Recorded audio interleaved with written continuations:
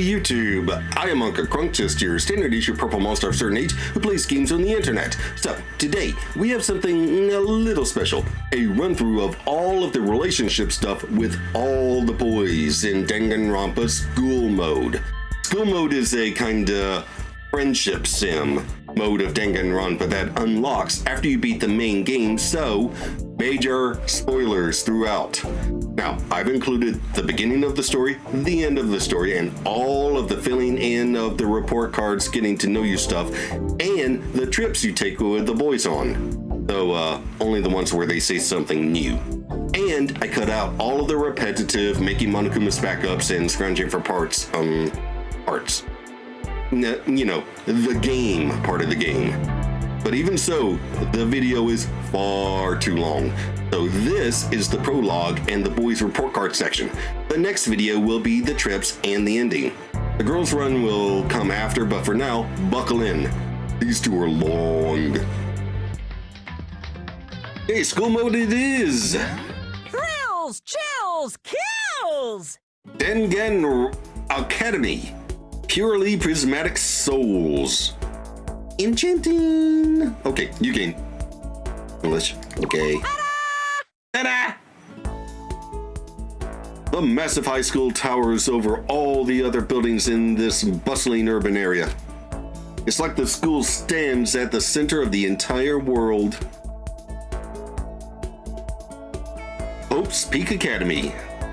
It brings in top students from every field imaginable. A government-funded school of privilege. They say that if you come here and manage to graduate, you'll be set for life. With hundreds of years of tradition, it sends the cream of the crop into the workforce every year. It was built to raise hope in the nation's future, which makes Hope Speak a pretty fitting name. There are two things you need to attend this school. One, you have to already be attending high school, and two, you have to be the very best at what you do. No ordinary student could enroll here. The only way in is if you're scouted by the school itself. And standing there at the gate of the ultimate school filled with the ultimate students was me. But I can't just stand around here in front of the school forever, right? You students are supposed to meet in the main hall at 8 a.m. That's not for a little while, but I should probably just head in. Yeah, let's do this. I gathered up all my determination and tried to act like I'd done this a million times before. And I took my first step toward the main hall. But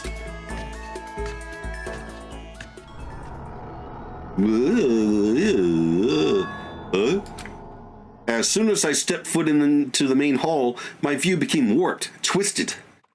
It was like some kind of delusion melting away and mixing together into something else. Spinning, mixing, melting away, then spinning again. And then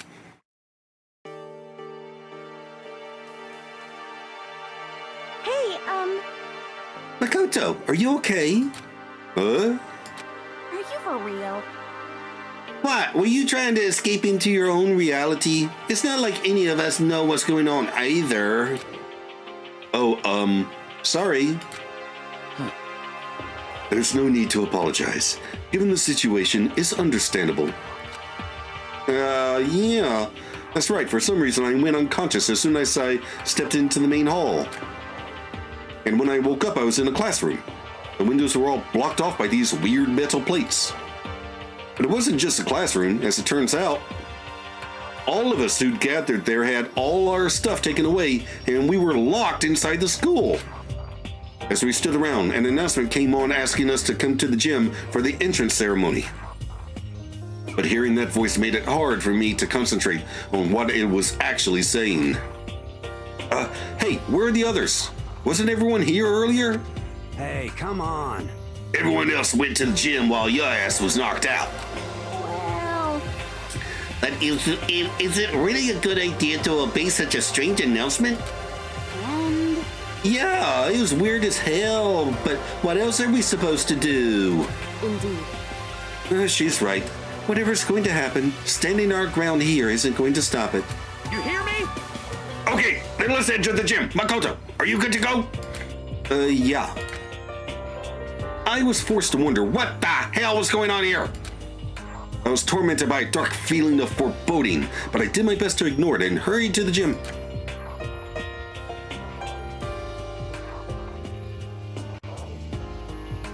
As soon as I entered, a weirdly cheery voice echoed across the room. Hey there, howdy, hello. Is everyone here? Good. Then let's get things rolling. I'm glad that this beginning is abbreviated from the original game. Well, the original game mode, I should say.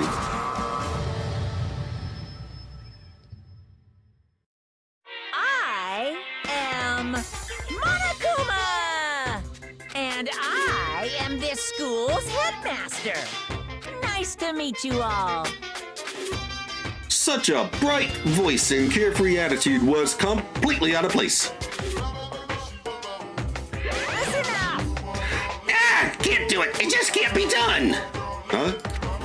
This entrance ceremony was supposed to be your chance to make your big high school debut. As the headmaster, I did my best to put on a happy face, but it's just impossible. You can only lie to yourself for so long, you know? But if you can't do it, you can't do it. I've lost my confidence, my groove, and there's no getting it back. The hell? Why is he acting so depressed? I went from terrified to annoyed in no time flat, bruh.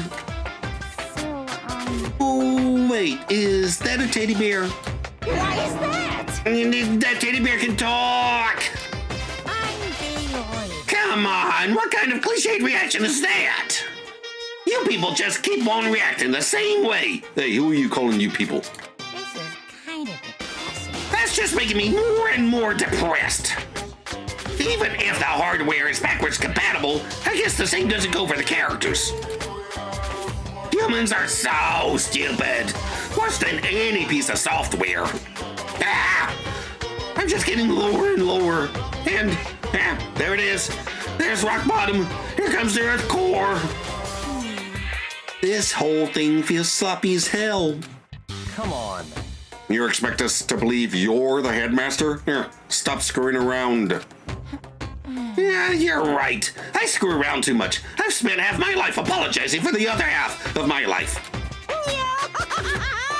But I've been spending so much time trying to think of what to make you guys do, and I'm just lost. Meanwhile, I've been totally neglecting myself. Trying to laugh it off now would just be another lie. Where the heck is this going? You've been neglecting yourself? What does that even mean? I forgot to do something that was going to be a vital part of your grading today. What the heck? My stomach's starting to hurt from all this self-loathing. He seems really depressed.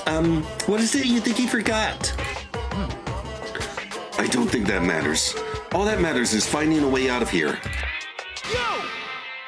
No need to... No, I need to know. Tell us, what did you forget? Got it.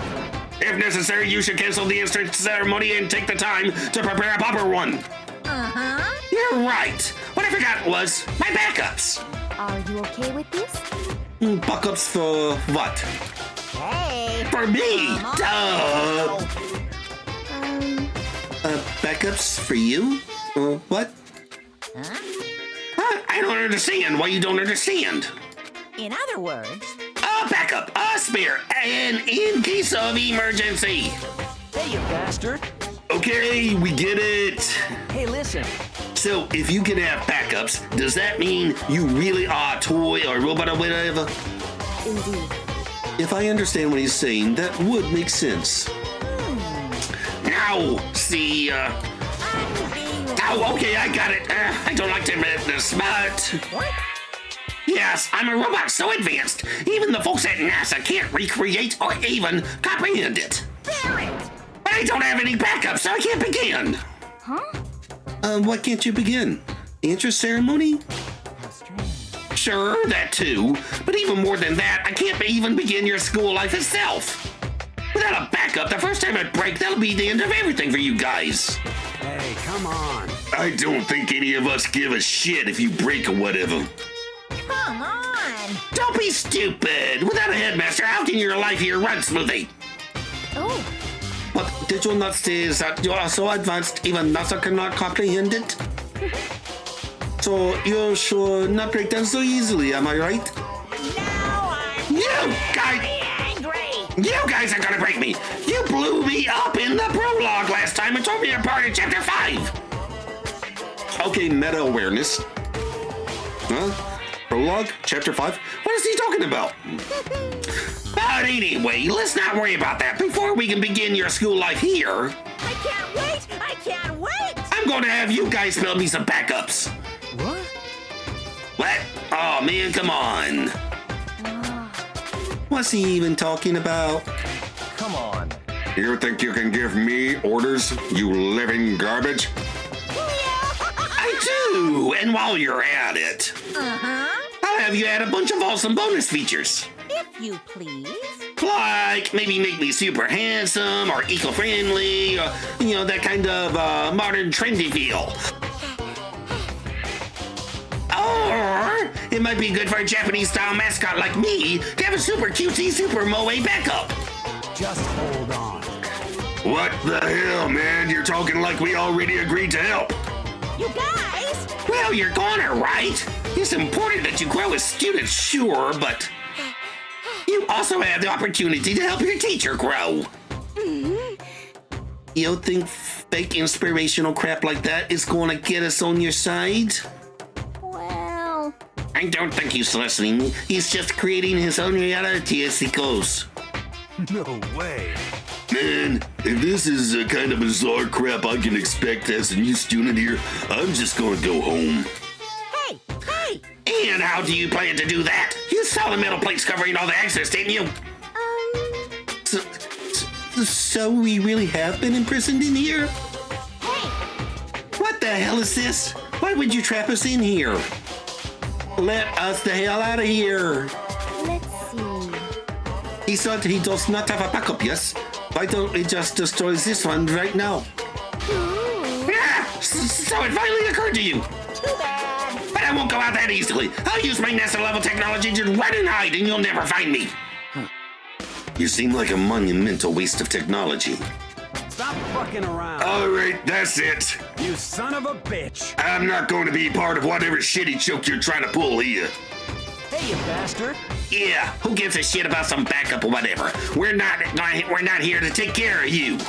Hey. Hey. Okay, yeah, sure. I see what you're saying. Are you sure? And would you rather just start killing each other? What? Huh? What did you just say? I believe he said something about us killing each other. Killing? What are you talking about? If that's supposed to be a joke, it's not funny. It's just stupid. Yeah, even if you're just trying to make a point that's taking it too far. Just a second. Come on, stop trying to freak us out just to get us to do what you want. What the heck? Just hurry up and let us out of here. Unbelievable. Would you guys please stop nagging me? I want to go home. I want to go home. I don't believe. I thought bears were crazy about our homing instinct, but you guys really take the cake. What are you gonna do? But I guess you can't really help yourselves. Now then. You're all part of that new wave enlightenment generation. You just need a specific goal to motivate you. Yes, indeed. Well, then here's a little spoiler. Spoiler? Actually, Once the backups are done, we'll move on to the main event and you can begin your exciting school life. isn't that wonderful? Once that starts, then you'll have the chance to trigger your escape flag. What are you talking about? Speak plainly. I don't know what he means, but he did just say something about escaping, right? Yes, indeed. See, I was totally clear. Now then. So, if you want to escape, you'll have to live here peacefully and build me my backups. Of course. And you can't just half-ass it either. I can barely contain myself. Build me a superior machine with flawless performance that thrills and delights me, and you pass. Uh-huh. Oh, and don't worry about living expenses. You have all the food, clothing, and shelter you need. I can even personally guarantee your health and safety. Even if you get sick or injured, I'll treat you right away in the Monokuma Emergency Center. I don't think that's what we're worried about. Why do we have to do all of this in the first place? Boy, the crowd. Whatever! Stop complaining and just do it. Now then. Now then, with this, the entrance ceremony Hold on just hasn't even begun. I mean, you haven't even started your real school life yet. So obviously I can't welcome you yet, which means this isn't a proper entrance ceremony. Well then. Okay, I'm done talking for now. Please enjoy these ever-fleeting days of peace. Not another word. He was gone, leaving us in dazed confusion. So, how would you explain what the heck just happened? I mean, seriously? Yeah, what the hell was that? I'm totally lost. We're trapped here, right? And if we make some backups, we can get out? It would seem. That seems to be the gist of it. If you think about everything that this Monokuma told us, you will notice that there are two main points. In other words. The first point is that we're trapped here in the school. And the second, more important point, if we can create backups for him to his satisfaction, he will tell us how to escape from the school. Are you okay with these? But one thing we do not know is why he wants us to do this at all. Honestly, What was his purpose in imprisoning us here in the first place? what should I do? What happened to Hope Speak Academy? Did it get taken over by some evil organization or something? Listen. If that's the case, I'm sure the police will be here in time. However, But can we even be sure this really is Hope Speak? We're serious. Listen, I'm sure this is all just some kind of elaborate orientation setup. They're like hazing us, bro. Orientation? Seems like... But if that's true, it's in pretty bad friggin' taste. It's total overkill.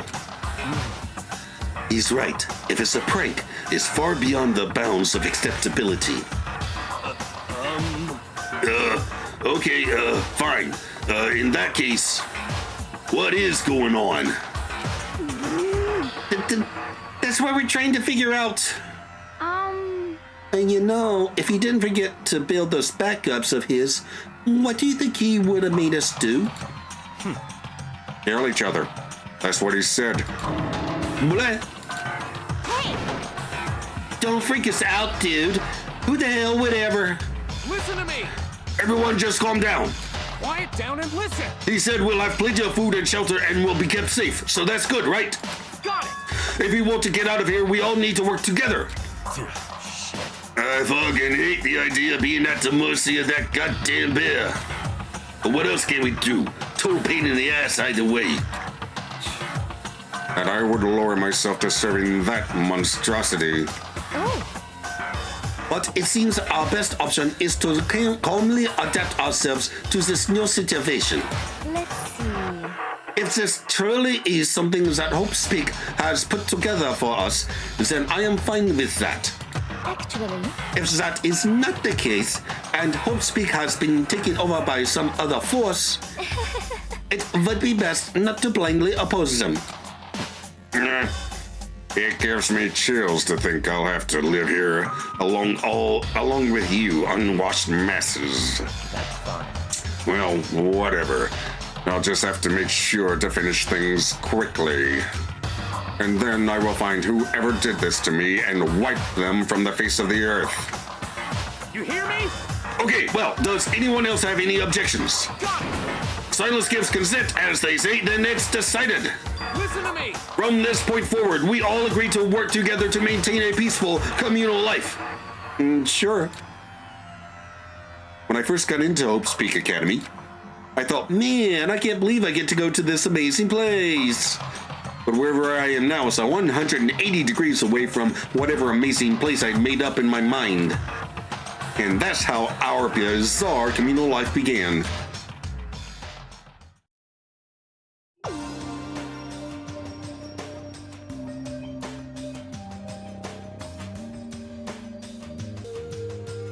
Once that was all done, we moved from the gym to the dining hall to talk about our future here.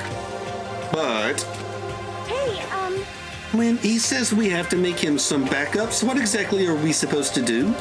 Actually... Yeah, he didn't explain any of the important bits. Did you call for me? That was just for convenience sake. Ah, now he's here.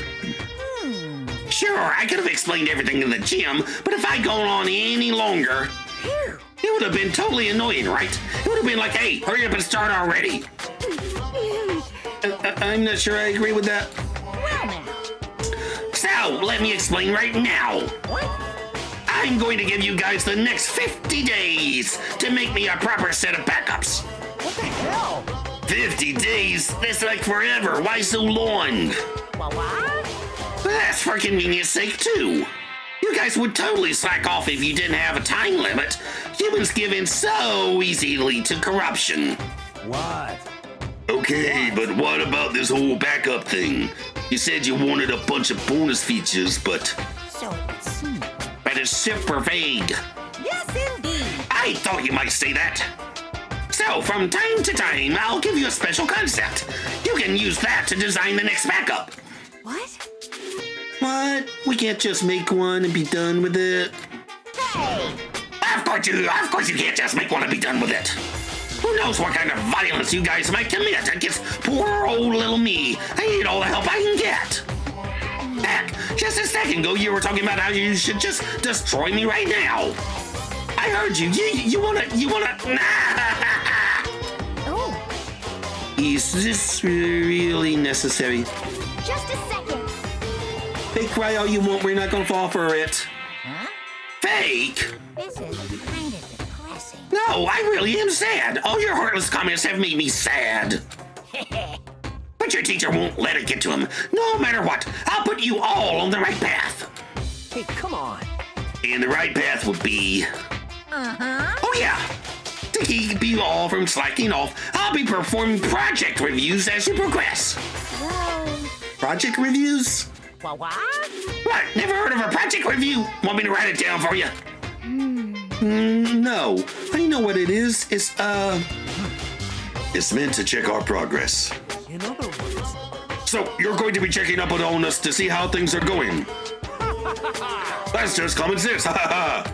It is to laugh. Yeah, totally common sense. I feel like I want to die right now. Yes, indeed. Okay then, hurry up and get to work. Yeah. I'm as excited as the rest of you to get through this and begin your real school life. But if we fail our project review, is there some kind of punishment? Well, it could be. Here it comes. Too bad. no, nothing in particular. But what? Don't scare us like that. Are you sure? There's no punishment, but if you can't do it, you'll trigger the escape flag I mentioned. What? Plus, if you pass, I'll give you something awesome. I can barely contain myself. What is it? Well, you'll just have to get it and find out. But it's super fun, I promise. Now then, are you ready for your first assignment? So, the concept for the very first backup I need for you to make is... right here! Makeup.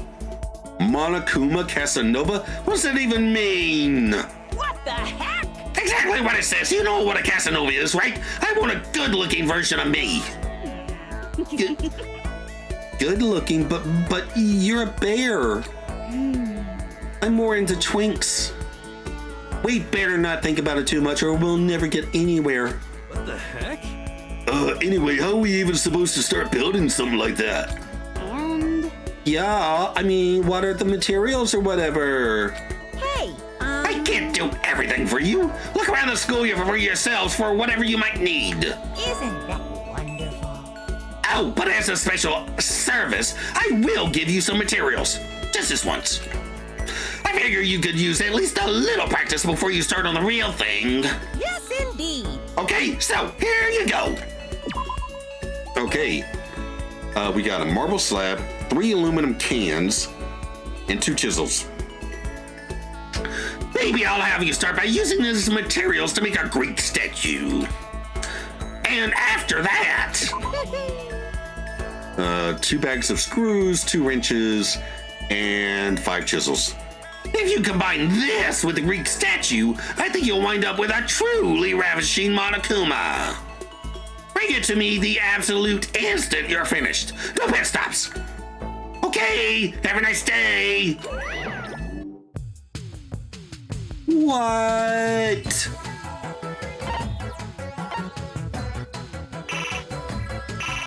Oh, I can't choose that yet. Okay. Tutorial time.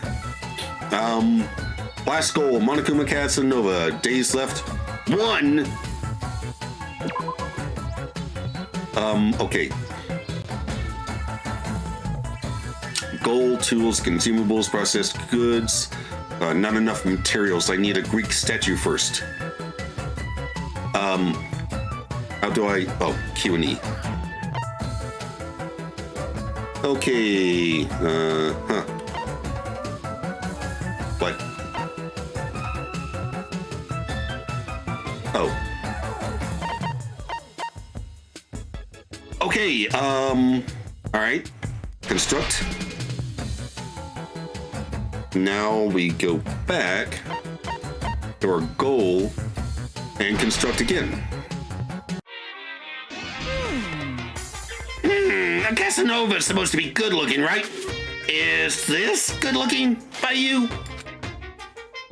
Subjective opinions aside, you created the backup and completed the assignment, so let me give you some tickets. You received 5 trip tickets. I'll explain how they work later, so make sure not to throw them away. Hey! So, now do you get how to do it? If this is all there is to it, this is going to be a breeze. Indeed, I'm sure we can all handle this. Even if we don't get it right the first time. With enough practice, I'm sure we'll get the hang of it and figure everything out. You seem pretty confident. Maybe I spoiled you a little too much. What are you gonna do? There's nothing I can do about that. So I'm just so sweet and kind and sincere. Well? So, now you're ready to gather your own materials, right? You can handle that much, right? Yes, indeed. Well, even if you decide you can't, I'm not gonna help you anymore. Okay. We don't need your help. We're all gonna work hard and do our best and make your stupid backups and get out of here. You're getting all riled up. I'm glad to see you getting all fired up, but don't overwork yourself, or I'll be the one who ends up taking care of you. Take plenty of breaks, drinks lots of fluid. Promise me you'll be safe and make your teacher proud. Oh.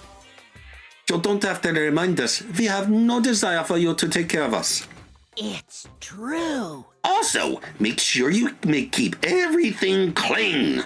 If you can't do it yourselves, I'll make you do it. Yes, indeed. This is where you live, right? You need to put in the effort to keep it nice and tidy. What a pain in the ass. Well, to be fair, cleaning is part of normal school life. Now then. Okay, yeah, that's something that I found out that they do in Japanese schools that they do not do in American schools. Basically, the students do a lot of the cleaning in the schools. Apparently, that's why Japanese cities are so clean, because they're taught from an early age to keep everything nice and tidy.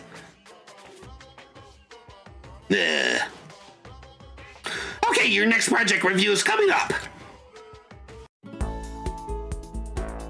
Okay, so the next concept is the same thing. Do it right this time. Okay, I got 5 days to do it.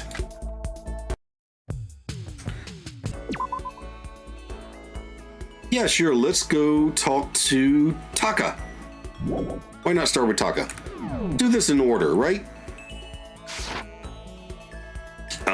There's Taka.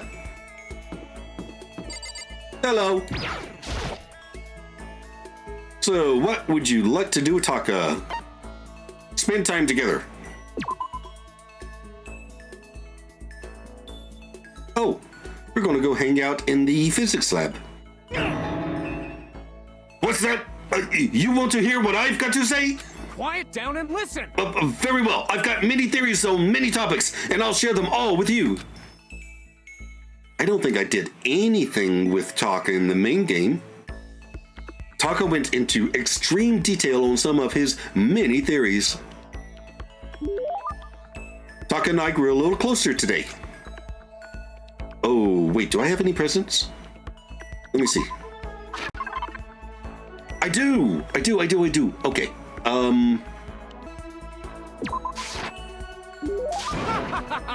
Wow, very impressive. I should thank you for this. So, thanks. Seeing Taka so pleased with something I gave him makes me happy. Hey, Makoto, as long as we're talking, let's really talk. What do you say? Oh, sure. Yeah, that's fine. Excellent. You hear me? Then let's get down to brass tacks and find out where we stand on all the big issues. So, what should we discuss? Politics, the economy, international affairs? Wait, hold on. Instead of a big, serious discussion, can we just have a normal conversation? That's, that's the best way to learn about people, I think. And also, a better way of not getting into a fight. What do you mean by a normal conversation? Well, for example, what do you like to do in your spare time? Listen to me. Study, of course. I'm a student, aren't I? A student must be studying for professional. Okay. And of course, my duties as the chairperson of the Morals Committee keep me quite busy as well. You understand? It's my duty to foster an environment in which we can all focus on our studies. Yeah, okay, but what else? Like when you're at home, or you just have some time to kill. If I have time to kill, I study. I see. This is fun. Okay, my turn, Makoto. What do you like to do in your spare time? Oh, just normal stuff. Watch TV, play video games. And this helps you study. Ow. No, it's not about studying. It's just for fun. Fun? That's wrong. But doing things just for fun serves no purpose. There must be more to it. You wouldn't spend your valuable time doing something useless, would you? He can insist all he wants, but in the end... but maybe there is a good reason. Like getting into something and talking to people about it. So maybe, relating to your friends. You know how it's useful? It gives you something to talk about with other people. Something to talk about. Like when you see something awesome on TV, or some awesome game and you want to share it with someone. You find other people who feel the same way, and that's how you make friends. See? You're kidding me. But what? This is ridiculous. I was blind, but now I see. What the heck? How unfortunate. That kind of thing has plagued me for years.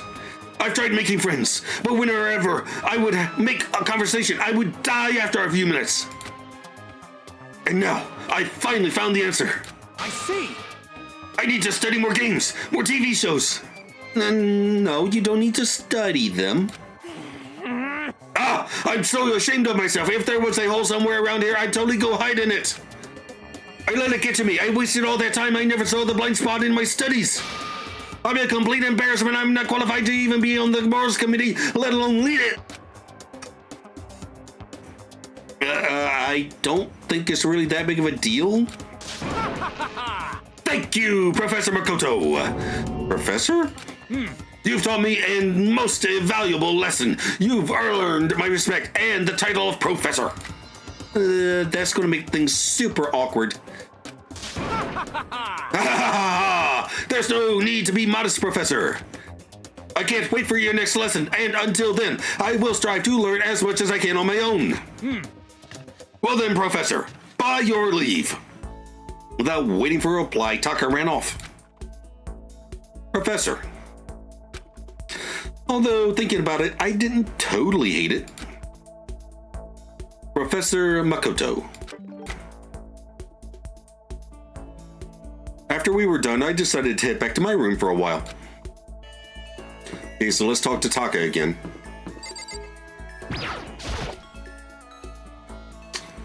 Let's spend time together.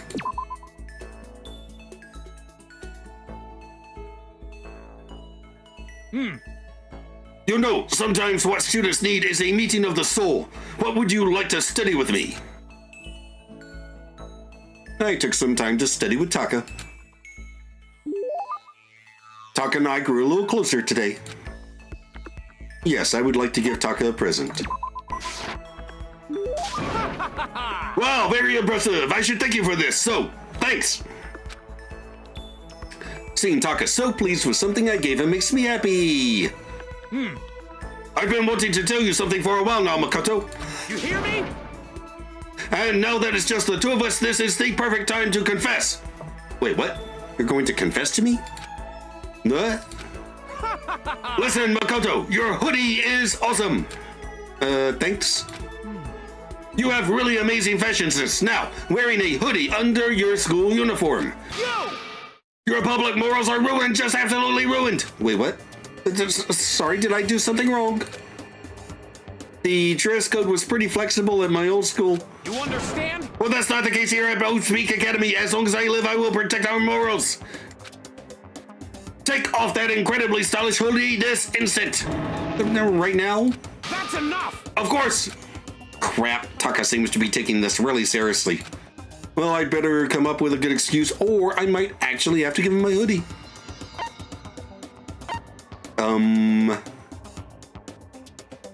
But it's a raincoat.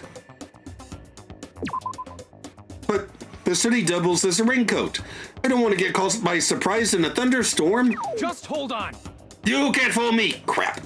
Huh? You hear me? That hoodie would only protect your head. It's hardly a raincoat if it doesn't cover the rest of your body. My suggestion is to get an umbrella. Good advice. You understand? Now take off that incredibly stylish hoodie this instant. Crap.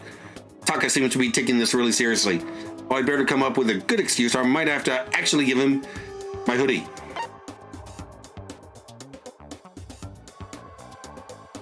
Flashlight? Actually, there's a light built into the hood, you know, kind of like a miner's hat, you know? It can't be. What? I need it to keep me safe when it gets dark.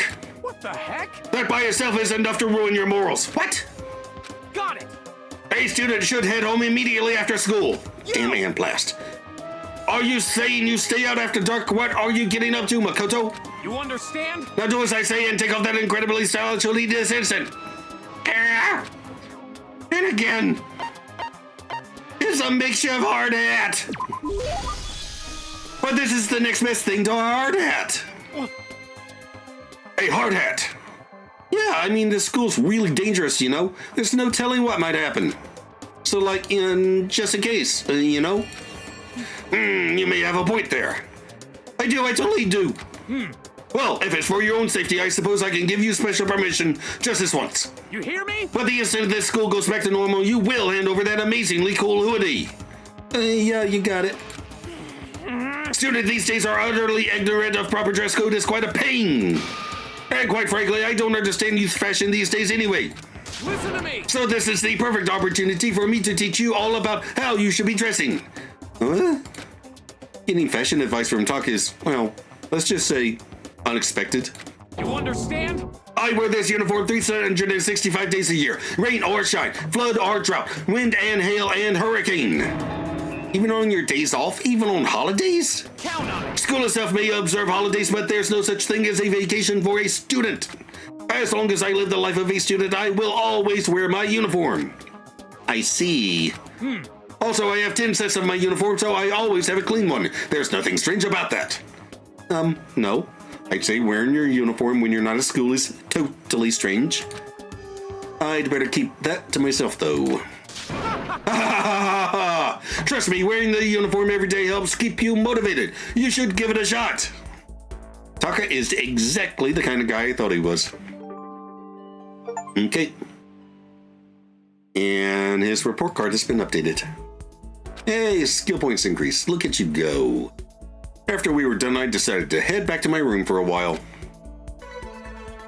Okay, let's spend time with Taka.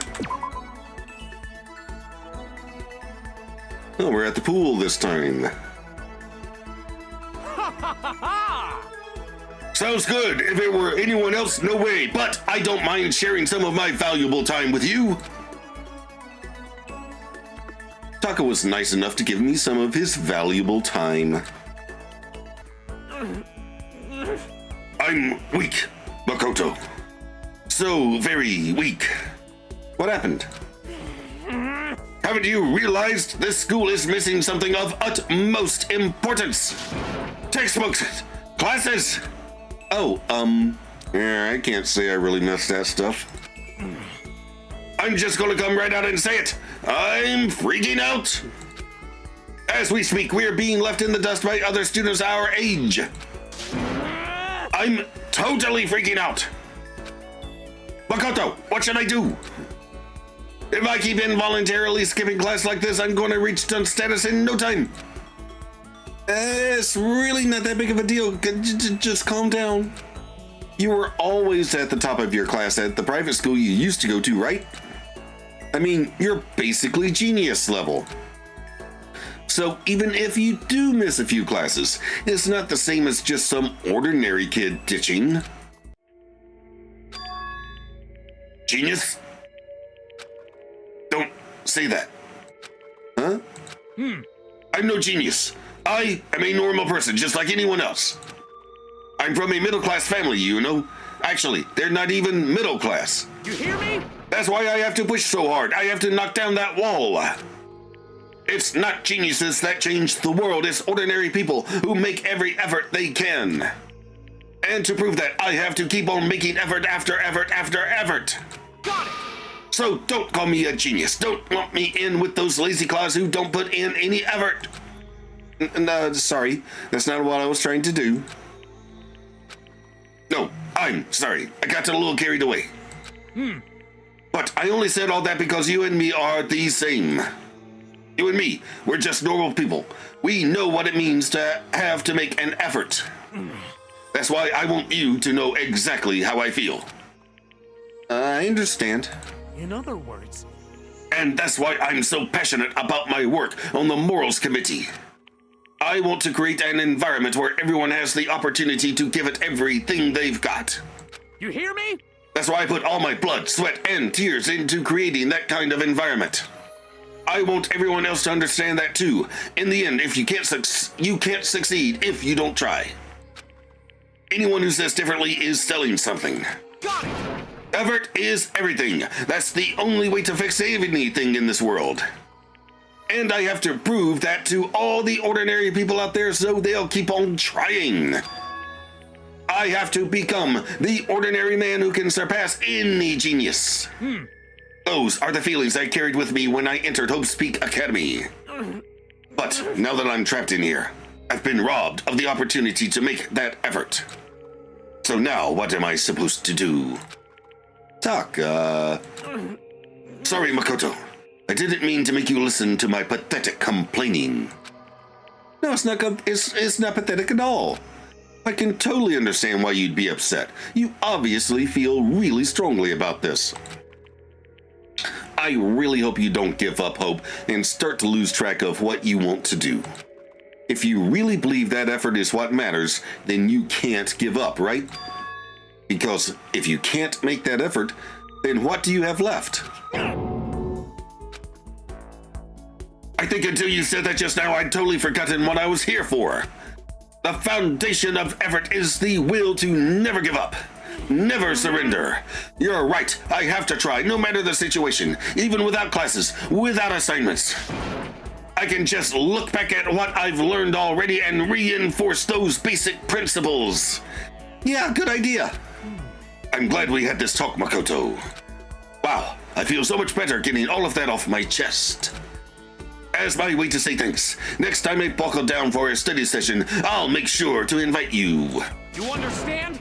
Let's work together as fellow ordinary people to show those geniuses who's boss. His face filled with the unwavering confidence I was used to seeing from him. I feel like maybe I'm starting to understand him a little better. But I still think he might be a genius. Specifically, he's a genius when it comes to effort. Still, I did notice one thing. He seems to have a lot of hostility towards the idea of someone being a genius. Is there some reason he feels that way? Ooh, okay.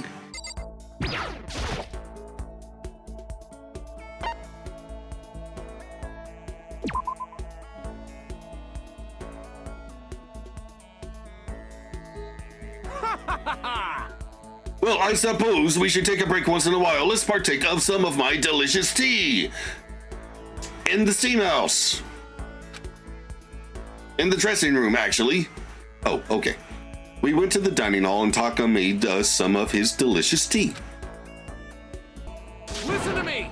Would you like to study with me, Makoto? Just the two of us? Come to my room. If there's anything you don't understand, I'm a very attentive teacher. I don't think I need you to be all that attentive. But sure, you don't mind if I stop by? Of course not. Okay, let's do it. With Taka leading the way, we headed to his room. Hey! Welcome, Makoto. You are the first guest I've invited to my room. Now that we're here, let me pose to you a question. A question? Don't worry, no studying required. This is the most basic of basic questions. Very straightforward. Ha ha ha! This should be no challenge for you. Very easy, I assure you. Stop saying how easy it's gonna be. That just puts even more pressure on me. Okay, here we go. What country first established 0 as a numerical concept? Was that Persia? Oh. India. 0 is a number, right? I'm pretty sure that came from an Asian country. It was India, wasn't it? Correct! Good job, Makoto! I had faith in you and you came through for me! The really annoying thing is that, now it's been almost 20 years since I read it, but I really enjoyed the book 0, The History of a Dangerous Concept. Damn good book. It's actually a book about the history of the number 0. Anyway. You hear me? Seeing you get excited is getting me excited. Let's stack our effort one on top of the other and show those self-centered genius jerks what for. Hey, Taka? What are you talking about? Yeah? Well, I've just noticed, you seem to really hate the idea of geniuses. I guess I feel like they're just my sworn enemy, you know? Huh? But you hit the nail on the head. You're pretty sharp. But why? There's someone I respect, someone I hate, someone I have to surpass. Because he was a genius. What? In other words... Torinosuke Ishimaru. Do you recognize that name? He was my grandfather. He was once Prime Minister of Japan. He was your grandpa? He went from Minister of Foreign Affairs to Chief Cabinet Secretary and finally Prime Minister. And all without any support network and only a high school degree. He was simply a genius. Everything he did without any effort. He sounds like an amazing person, and he was your grandfather. Count on it. He was a genius. He'd never known failure. His success was unimaginable to a normal person. But because of that, he allowed himself to be controlled by naive emotions and got roped into a corruption scandal. He had no idea what the world of geniuses was really like. At least, that's how I see it.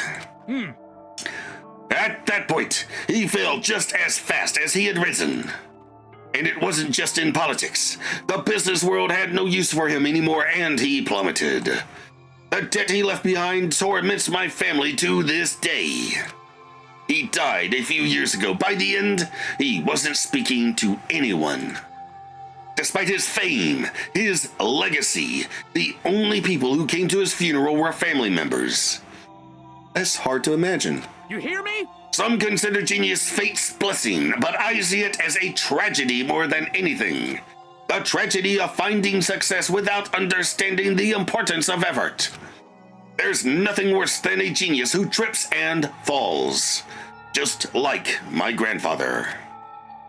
And that's why you hate the word genius. Count on it. My grandfather serves as an important lesson why you should never be deceived by words like genius. Relying on my own effort, I will reach greater accomplishments than anything my grandfather ever did. You hear me? We have to work hard to build a society where those who put in the most effort are properly rewarded. I see. I can agree with him, but Taka and I aren't the same. I can't reach for those kinds of big dreams. But, you know, Makoto, I'm really happy. I figured this school would be full of geniuses. I mean, I thought everyone would be my enemy. I never imagined I'd meet someone here who I could share my story with. I'm so lucky to have met you here. This is the kind of thing that only happens once in a lifetime.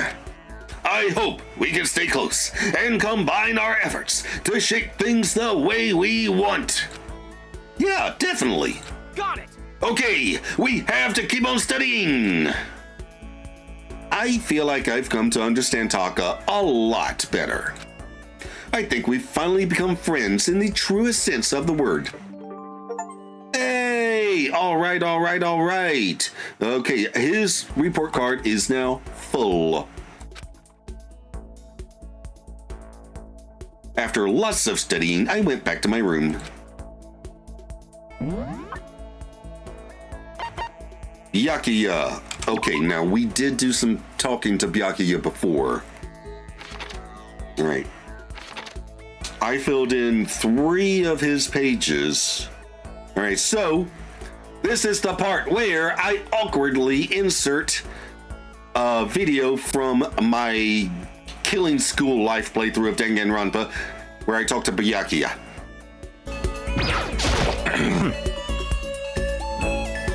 The others have flocked together as usual, I see. But they need to be careful. Growing too close will only cloud their judgment. Should I talk to Byakuya for a while? Yeah, sure. That's fine. Fine. I don't mind allowing you to indulge in my attention. I hope you appreciate this. I spent some time with Byakuya. Byakuya and I grew a little closer today. I would like to give him a present. Oh, I have 2 of these. You know, Byakuya would probably like this.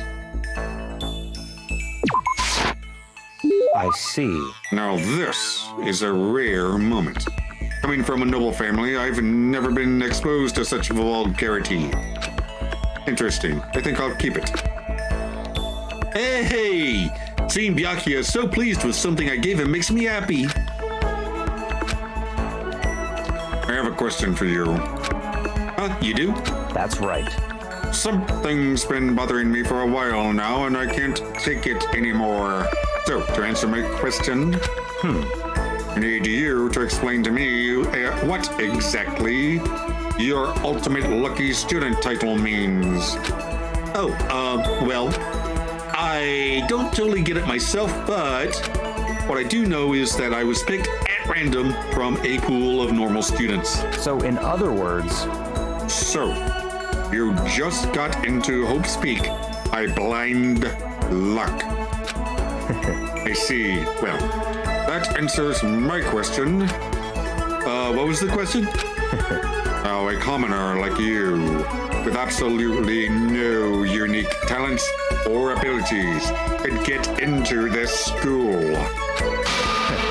Oh, I forgot to mention boring. How a boring, untalented, utterly generic commoner got in. Boring? Generic? I mean, you're not wrong, but you don't have to go so hard on it. Did you really have to list all that off? Naturally. But it's the truth. I mean, yeah. I mean, maybe compared to you, the ultimate affluent progeny and all. But even I...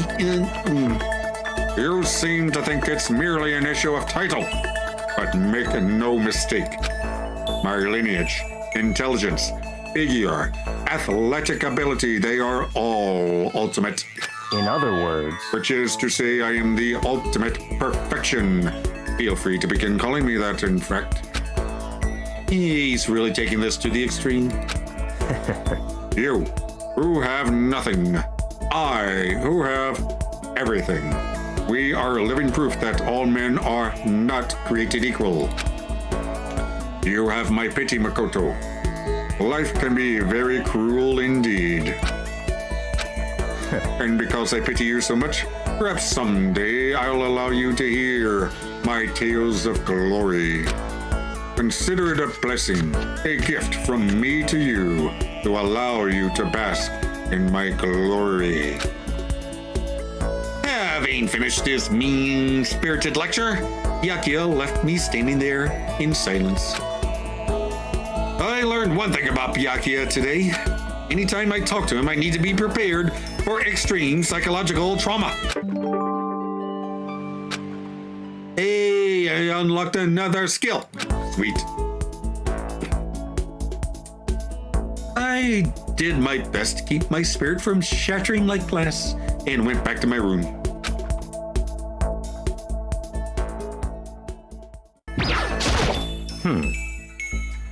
Sakura and Hina. Finally, some action. Things are starting to become interesting. What do you want? Oh, I didn't see you standing there. Do you need something? Should I talk to Byakuya for a while? Yeah, sure. That's fine. Fine. I don't mind allowing you to indulge in my attention. I hope you appreciate this. I spent some time with Byakuya. So, in other words, Just to be clear, being the ultimate affluent progeny is only one of my many talents. Some people think I rely on the care and protection of the Togami name. Is this a monologue or something? Isn't everything a monologue with him? But I don't rely on my family. Rather, I am my family's savior. The Togami Corporation reaches across the world, true, but I will take us to even greater heights. It is expected of me, naturally. After all, even my own family has recognized my ultimate superiority. In other words, even among the Togami family, I am the chosen among the chosen. So much confidence. naturally. And that confidence is justified, I assure you, comes from the battles I've fought and won. Battles? I am personally worth over $4 billion, separate from my Togami family assets. How the heck did you make that much money? In other words, The stock market. I buy and sell shares and assets based on market trends all within a single day. yes, Surely even someone as simple-minded as you has heard of this technique. So he buys and sells stuff on the stock market, doing everything in a single day. I think that's called... Wow, I have not seen that phrase used in decades. You're talking about day trading, right? And you were able to make $4 billion doing that. that's right. Well, I first started doing it just to keep myself occupied, and before I knew it, there it was. It's really not a big deal. It's a super big deal. Wait, are high schoolers even allowed to buy stocks and stuff? Don't make me repeat myself. I am Byakuya Togami. Is that meant to be an explanation? $4 billion is nothing to the Togami Corporation, but for personal use, it's not bad. So now you understand, right? Not merely the child of modern-day nobility. Byakuya, maybe we should start calling you the ultimate day trader. Oh, I don't do that anymore. It's too simple. So I got bored of it pretty quickly. Guys, do you realize just how insulting that sounds to the rest of us? Of course, that's how I feel about anything I do. Frankly, life is too easy. It's only natural for me to do whatever I want in this world. Man, he really is confident. We're like worlds apart. Kind of explains why he likes this killing game so much. It's completely just something new. Galaxies apart, even. A report card updated. Maximum number of skill points. Nice. No new skills yet. Still reeling from Byakuya's story, I went back to my room. Okay, let's go talk to Byakuya.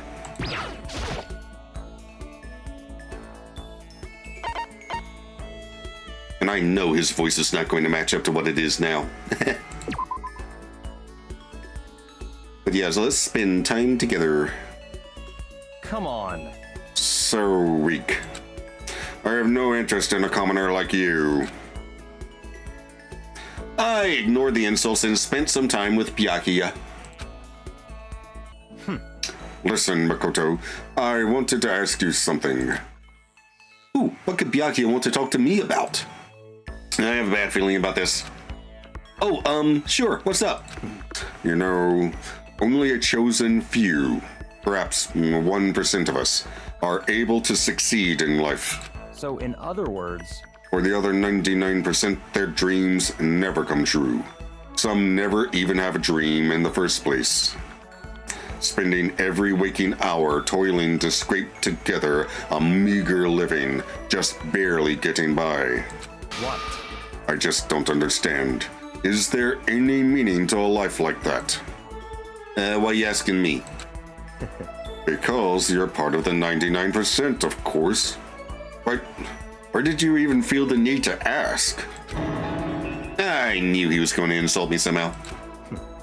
Up until now, I've never been around anyone like that. So I'm interested. So, tell me, how does it feel to live a life without hope, or without potential, or ambition, or dream? Oh, come on!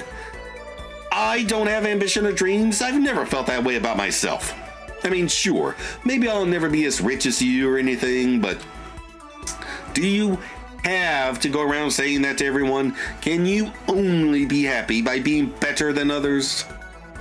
Your complaints are as old and tired as a third-rate pop song from any generation. And yet, those are the words of the 99%. That is how you find comfort in your tiny, cold little world. Just stop saying stuff like that. Sorry, I can't not speak the truth.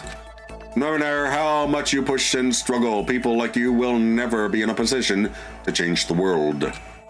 You could all disappear tomorrow and nothing would change. Your existence is of no consequence. Whether it's true or not, it doesn't matter. Even if you live a totally normal, unimportant life, you can still find happiness in that.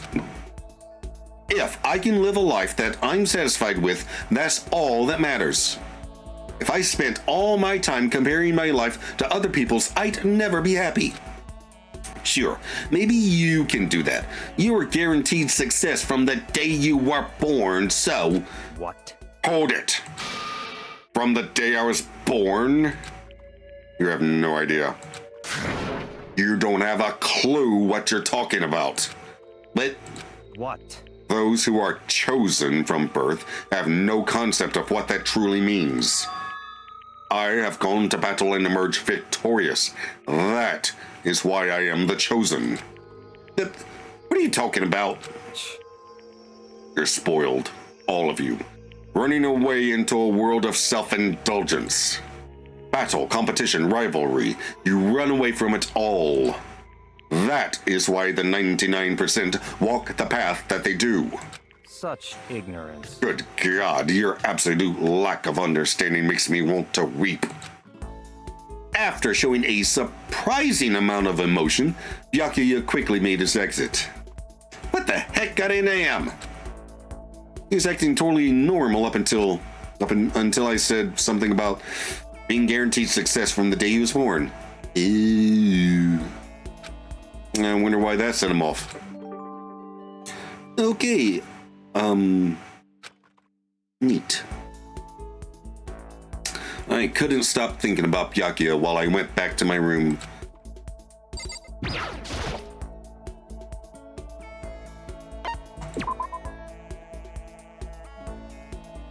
Hey, the art room. Come on. So weak.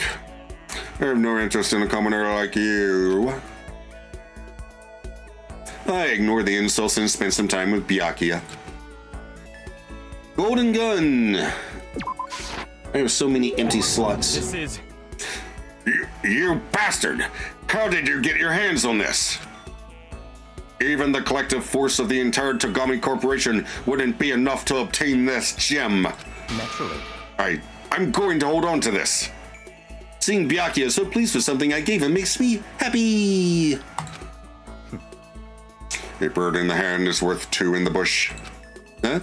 What? It's a proverb.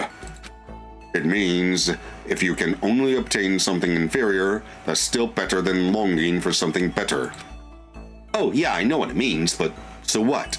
So, in other words, Put another way, if all you have nearby is a loser, that's probably better for than a proper assistant far away. Makoto, be my secretary. What? A useless commoner like you could never hope to earn more than, say, $100,000 a year. But as my secretary, you would be guaranteed an ample salary and job security for the rest of your life.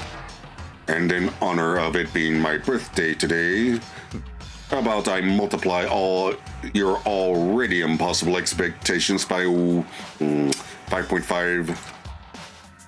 $100,000 times 5.5, you mean $550,000? That's like board member money. what? Of course, as my secretary, you wouldn't be a mere servant. At some point, I would want you to become an actual assistant, taking the lead on important projects.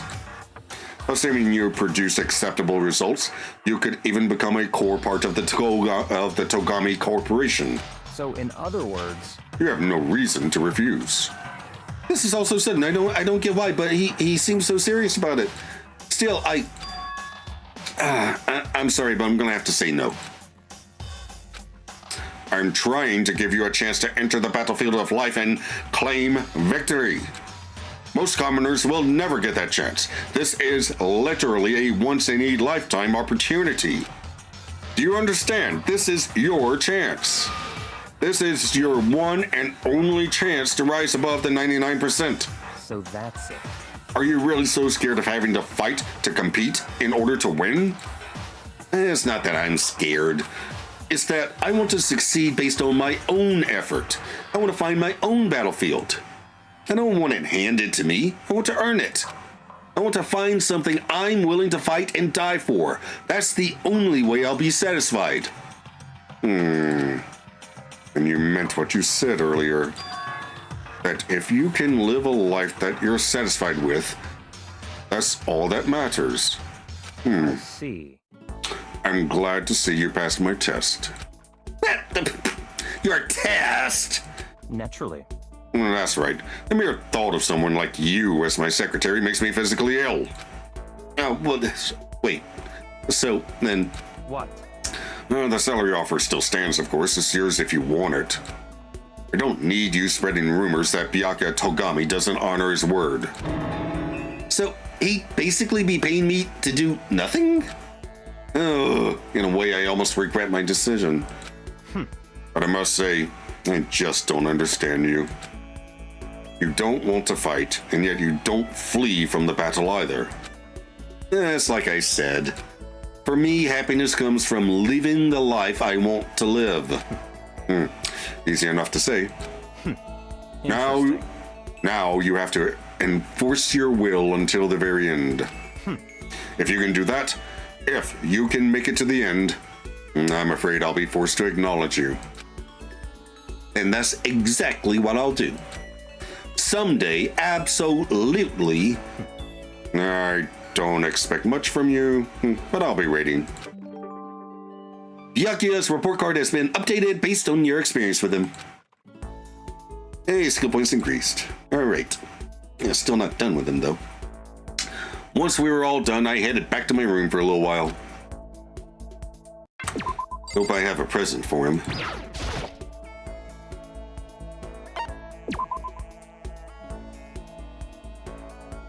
While we're in the laundromat. What? I doubt if he's ever even seen a laundromat before. Do you intend to follow me wherever I go? God's grant me patience. I refused to get discouraged and spent some time with Byakuya. How do you still not understand? Understand what? I've been sacrificing all this valuable time of mine for your sake. But it's all amounted to nothing. You simply have nothing to talk about. Not possible. We could talk forever and a day, and I would gain nothing from it. But the more we come to understand each other, you and I will never understand each other. We live in different worlds. Our ways of life, our ways of thinking are totally incompatible. Yeah, but we're both twinks. You're a loser. I'm a loser twink. So go ahead and live your loser life. Make a bunch of loser friends. Then together, you can lick each other's wounds. You don't have to keep saying loser. You can say twink. That's enough. Whether your self-indulgence is a lie or not, it doesn't matter. Whatever happens, I'm going to keep on fighting and I'm going to keep on winning. That's right. That's one thing that will never change. But having to win all the time, doesn't that make your life kind of hard? Such is the fate of the Chosen. Oh, the Chosen. Listen, I've been meaning to ask you. Keep talking about the Chosen. What does that mean exactly? The way you say it, it seems a lot heavier than how I'd normally think of it. That's fine. Fine. I'm going to waste my time with you anyway. I may as well explain this one last thing. I'll tell you how I became known as the ultimate affluent progeny. Ooh, there's a story behind that. So, in other words... It has to do with the secret to the Tagami family's prosperity. Our success comes from our family's rather peculiar inheritance system. Peculiar inheritance? What do you mean? You see, our family head never takes a wife. Rather, he couples with exceptional women the world over in order to bear as many children as possible. Oh, and this is such a burden because, you know,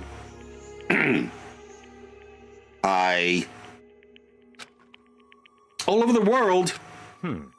Then they make the children compete, and only one can come out on top. And whoever it is earns the right to become the next head of the family. You mean you have to fight your own brothers and sisters? That's right. For my battle, there were 15 of us in total. When all is said and done, only one was still standing, the youngest brother, me. In the entire history of the Tagami family, the youngest male had never won. Jeez, this sounds brutal.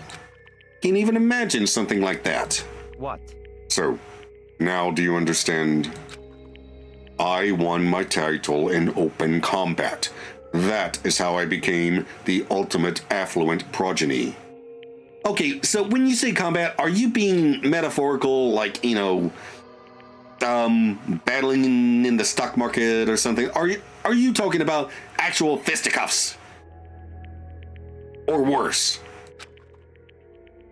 I was not born into greatness. I had to earn it. In other words... I put my life on the line and I earned the right to be called the Chosen. You put your life on the line? Then what about your siblings? Dead. Oh shit! Oh shit! Okay, yeah. Actual mortal fucking combat. Okay, damn. Dead? Stop talking. Oh, god damn it. You little cockies! I don't mean that literally, of course. They became dead to the family, unfit for the name of Tagami. Of course, for them, it really is like death. They're forced to become one of the 99%. One of you. But it must have been really hard, right? You can't even imagine, which is why the survivor is recognized as the Chosen. When you take over as the head of the family, all the weight of that family comes to rest on your shoulders. So, in other words... That is how dedicated I am. I am forever dedicated to keep on winning. And so I shall. Otherwise, I would feel only pity for those I'd already defeated. Wow. Byakuya pretty much says he carries the weight of always having to win. Winning comes natural to him. All I'll say at this point is that I'm going to win this game too. It's been a long time since I've had so much fun. I need to get as much enjoyment out of it as possible, because eventually this killing game will end. Don't make me repeat myself. And in the end, I will stand victorious. I won't lose to the mastermind or you or anyone else. Even as the rest of you fall one by one, I will live and I will win. In the name of my family. As long as my name is Byakuya Togami. The finality of his statement left no room for doubt or question. Nobody but Byakuya could talk that way and sound so convincing. But because it's him, it seems possible that maybe this is his fate. Honestly, the more I talk to him, the more I see how far apart we are. At the same time, I feel like I understand him that much more. At least, I think I do. Goodbye. Now, let me be crystal clear. We no longer have anything to talk about. Do not come to me like this again. Goodbye, loser. I can't imagine any way Byakuya and I could ever become friends in this lifetime. Well, damn. Okay. So that is Byakuya's report card done. Once Byakuya was gone, I went back to my room. Okay, now let's talk to Mondo. And I've already had some conversations with him, so cue the awkwardly inserted conversations with Mondo from my killing school life playthrough. I would kind of like to learn more about Mondo.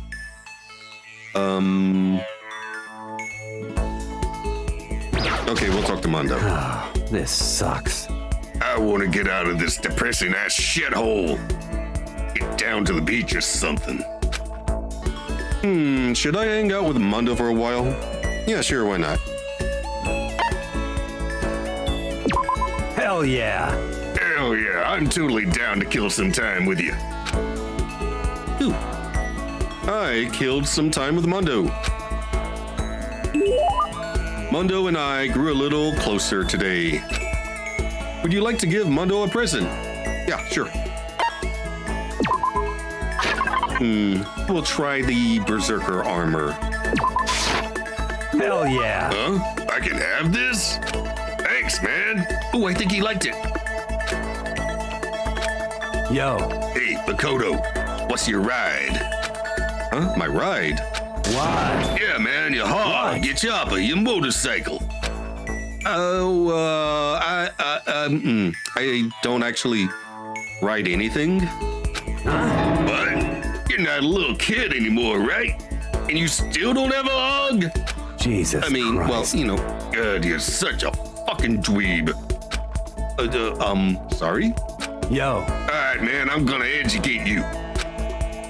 A real man rides a Kawasaki, okay? That's what I ride. Hell yeah. You ought to see it, man. The V-Twin's got that monster power.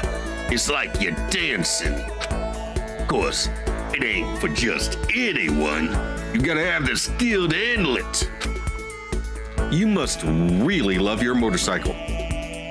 Stop fucking around. Hell yeah, I do. I'm a goddamn banker, but ain't I? We're crazy as hell. Yeah, you're the leader of the biggest biker gang in Japan, right? Hell yeah. Damn straight. The invincible crazy diamond gang. You wanna come on a ride with us? The monster sound coming out of that straight pipe. Hot damn. Straight pipe save lives. Straight pipe? What? Come on, you gotta know What? what a straight pipe is, right? It's like when something's missing, right? Yeah, the muffler. That's why it makes a monster sound when it's got no muffler. So when the motorcycle doesn't have a muffler, right? Hell yeah. So you did know. Hell yeah. That's that. Then that's that. Next time we ride, you ride with us. That's true. Man, that makes me think back to when I first started riding. Yo. My big bro used to ride too, you know. His name's Taka.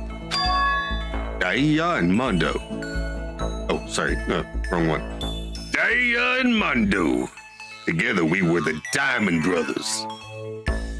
Oh, Mondo. I got you, Diamond. Everyone up and down the country knew us. What? 'Cause What? I was always the cool one. The Diamond Brothers? That sounds kinda incredible. By the way, The first time I went out, I ended up at the back of the pack. Eventually the cops got on us. They surrounded me. I was in some tough shit, man. hey, damn it. So I pulled over, but when they came up to me, well, let's just say it was a massacre. A massacre? Man, Mondo, you must be really strong. Stop fucking around. Of course, you can't wave the banner for our gang without that kind of strength. Shit. In a fight, they'll go for the leader first. Kill the leader of the pack, you know? That's why the other gangs come after me. So if you want to be the leader of the pack, you gotta be a tough motherfucker, you see me? Yo, You'll see what I mean when we go on our first ride. Get ready for it. Actually, maybe it's better if I don't get involved in that kind of thing. I'm kind of like a fucking twig. Like I said, I don't have a motorcycle. I don't even know how to ride one. hell yeah. And you can ride with me. Oh, I can be your pillion pussy? Good. Yeah, that's where I belong. Riding with Mondo. But other gangs target him first, right? No way. Hell yeah. Hey, I said get ready for it. And I am pumped. I can't wait to get out of here now. Mondo left, apparently in a pretty good mood. Crap, this is really bad. Even if I get out of here, I might still be in real trouble. Mondo's report card has been updated based on your experience with him. Dragging my anxiety behind me, I went back to my room.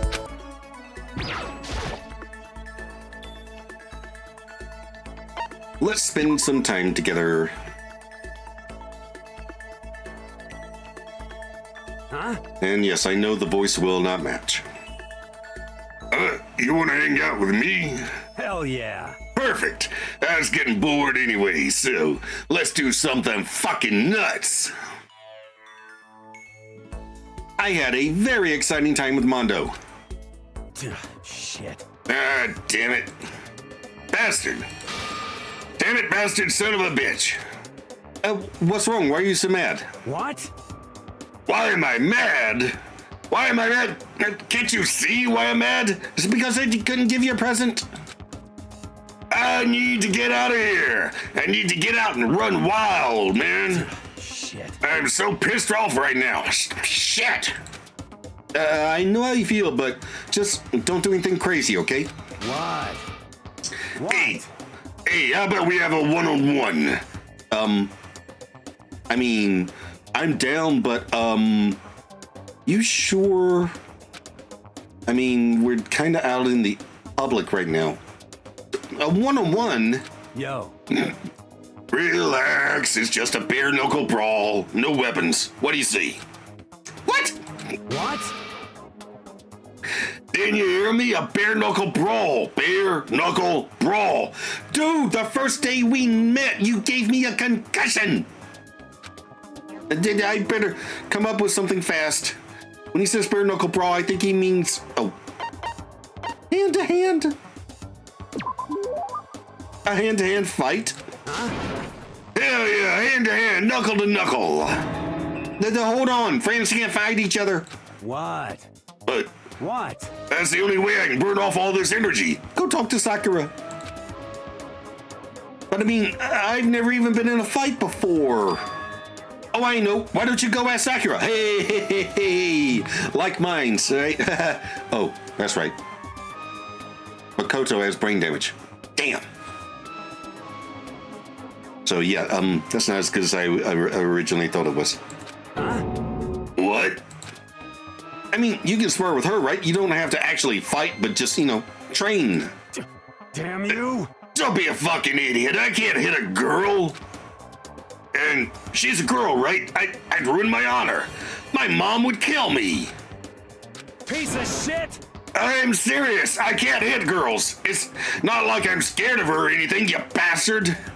Okay, you don't have to shout. Damn you! Shout is in my blood, asshole. When I get stressed out, I yell. Just shit. Sounds like he must be really stressed out. Don't fuck with me. It's just a nervous habit. What's the big deal? Other than the fact that it makes it hard to ask girls out. I get all nervous and I start yelling, so I always get rejected. And thanks to that, I'm on a 10-game losing streak right now. It really sucks. I am so sexually frustrated right now. 10 games? That's pretty bad. Shit. I'd forgotten about that too. Thanks for reminding me, jackass. How are you gonna make it up to me, shit stain?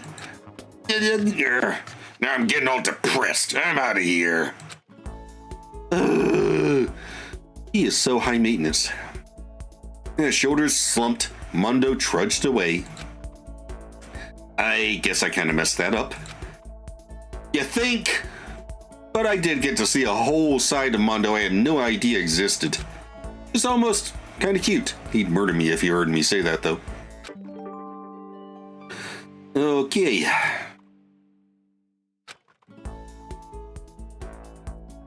After we were done, I decided to head back to my room for a while.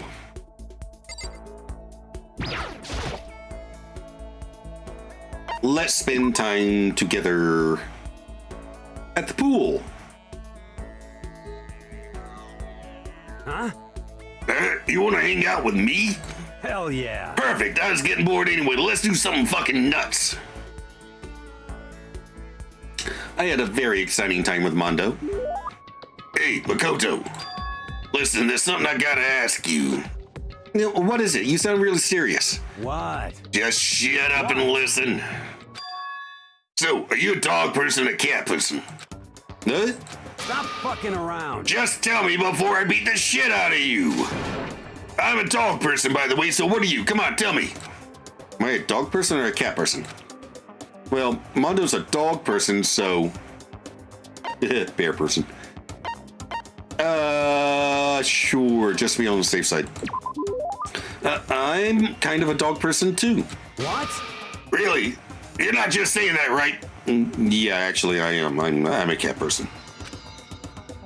Actually, what I really am is a rabbit person. I love rabbits. No, it's true. Actually, I grew up with a dog in the house.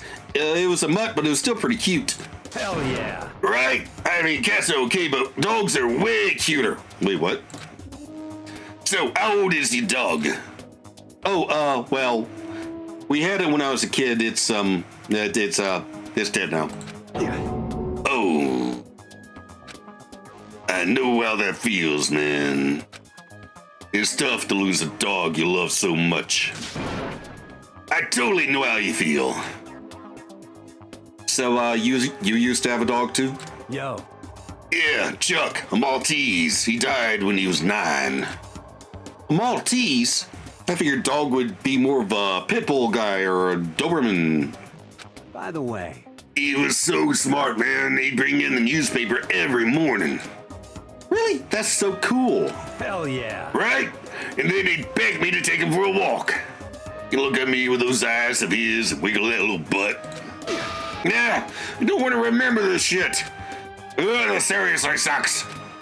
Don't look at me right now. I just... God damn it. I gotta go. Chuck, my baby boy.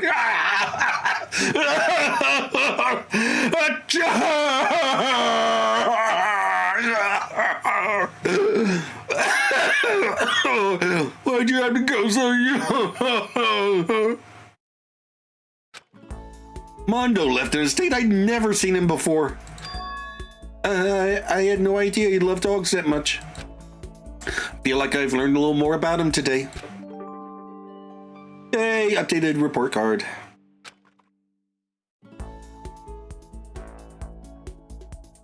Once we were all done, I headed back to my room for a while. Doesn't matter. What would you like to do with Mondo? Spend time together. In the art room. Yo. Hey, Makoto, could you come with me for a second? Where are we going? What? My room, I want to talk to you. In your room? Oh my. Yeah, okay, sure. I'm down.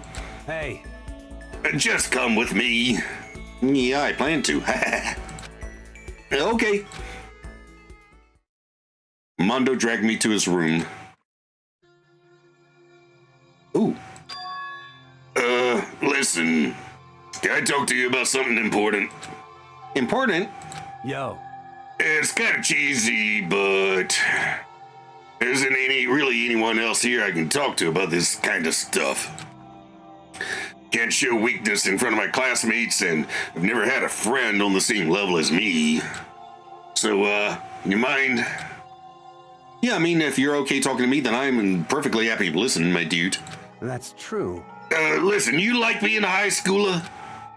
Yeah, sure, it's fun, but why are you asking that out of the blue like this? Yo. I like it too, you know. I like screwing around with my friends and stuff. Whenever I get to go out and run wild with my crazy diamond crew, it's such a goddamn rush. I mean, sure, there's a shit ton of pressure to build up the gang and everything, but still, getting to hang with them was the fucking best, man. But I've been thinking a lot lately. What's going to happen when I'm done with high school? Everyone in the Crazy Diamonds is going to graduate. I gave everything to them. What do I do then? I'm not smart like the rest of yous.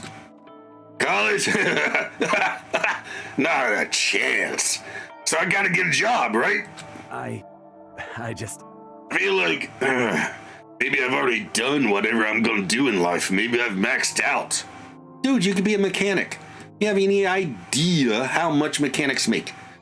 Okay, actually, no, I don't. But, anyway, mechanic is a good, honest, job. It's like I'm empty now. I don't know. I can't figure out how to say it.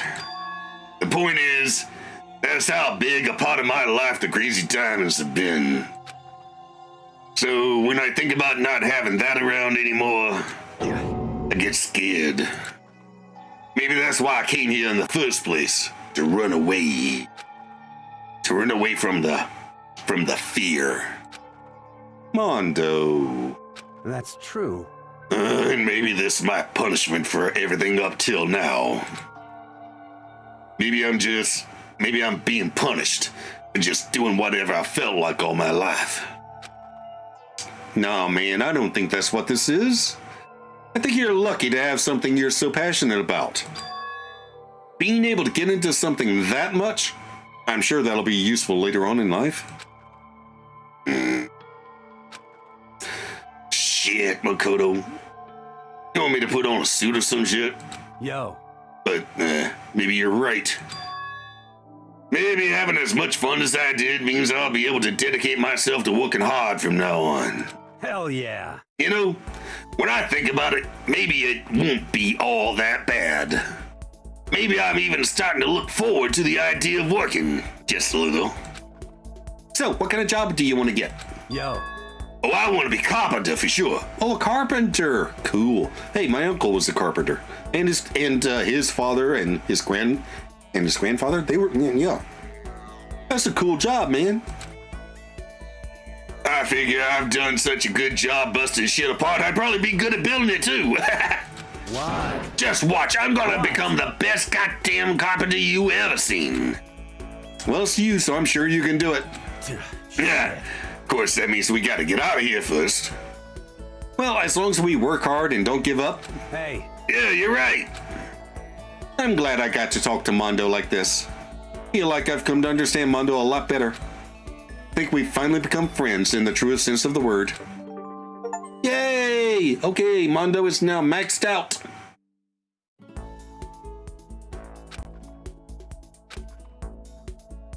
Okay. I talked with Mondo a bit longer, then went back to my room.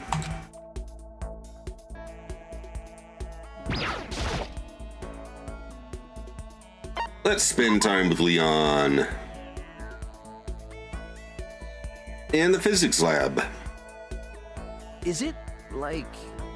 You're not trying to get me alone so you can kill me, are you? you... My fans will all go psycho on you if you do. I'm as popular as any international superstar. But if you're not gonna murder me, then hey, let's hang out. I don't really want to be alone anyways. I spent some time with Leon. Leon and I grew a little closer today. Ooh, I don't know if I have anything to give him.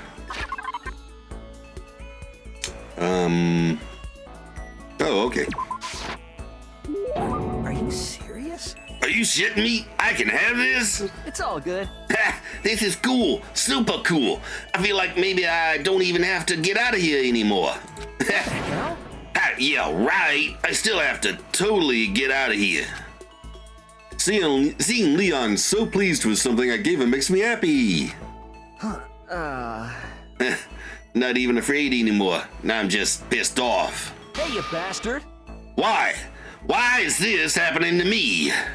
This isn't fair, man. I mean, am I wrong? Oh, yeah, it really isn't. Hey, Right? Totally unfair. Ultra unfair. Just like having to shave my head right before every baseball game. Well, I mean, you choose to do that, right? you... Come on, man. Are you against me now, too? I didn't even want to play, but the coach and all the teachers begged me, so I did it. And then they made me shave my head just because it's tradition. How's that fair? You really hate baseball that much, huh? Damn straight I do. Who has fun running around on a dusty field for 3 hours? But for baseball players, the field is like sacred ground, isn't it? But it's so not cool. Spending all that time at practice, getting covered in sweat and dirt. Hey, listen. It's just baseball, right? It's easy. Who needs practice? I think the gods picked the wrong person to bless with that much talent. Oh, yeah?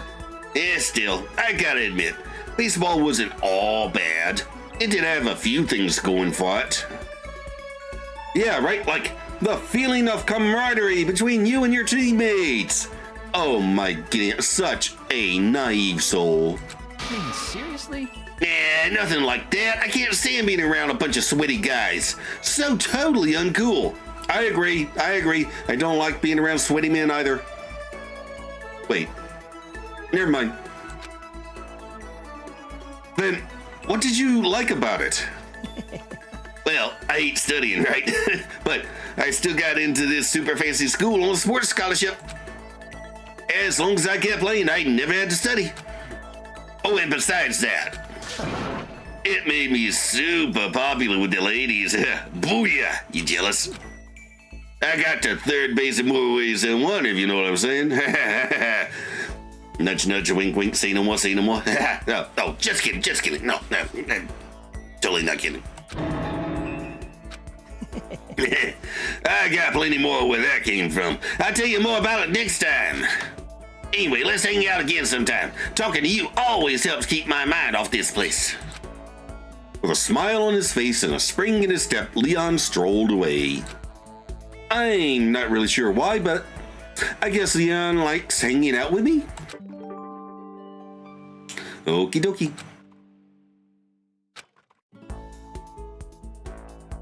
Once we were all done, I headed back to my room for a little while.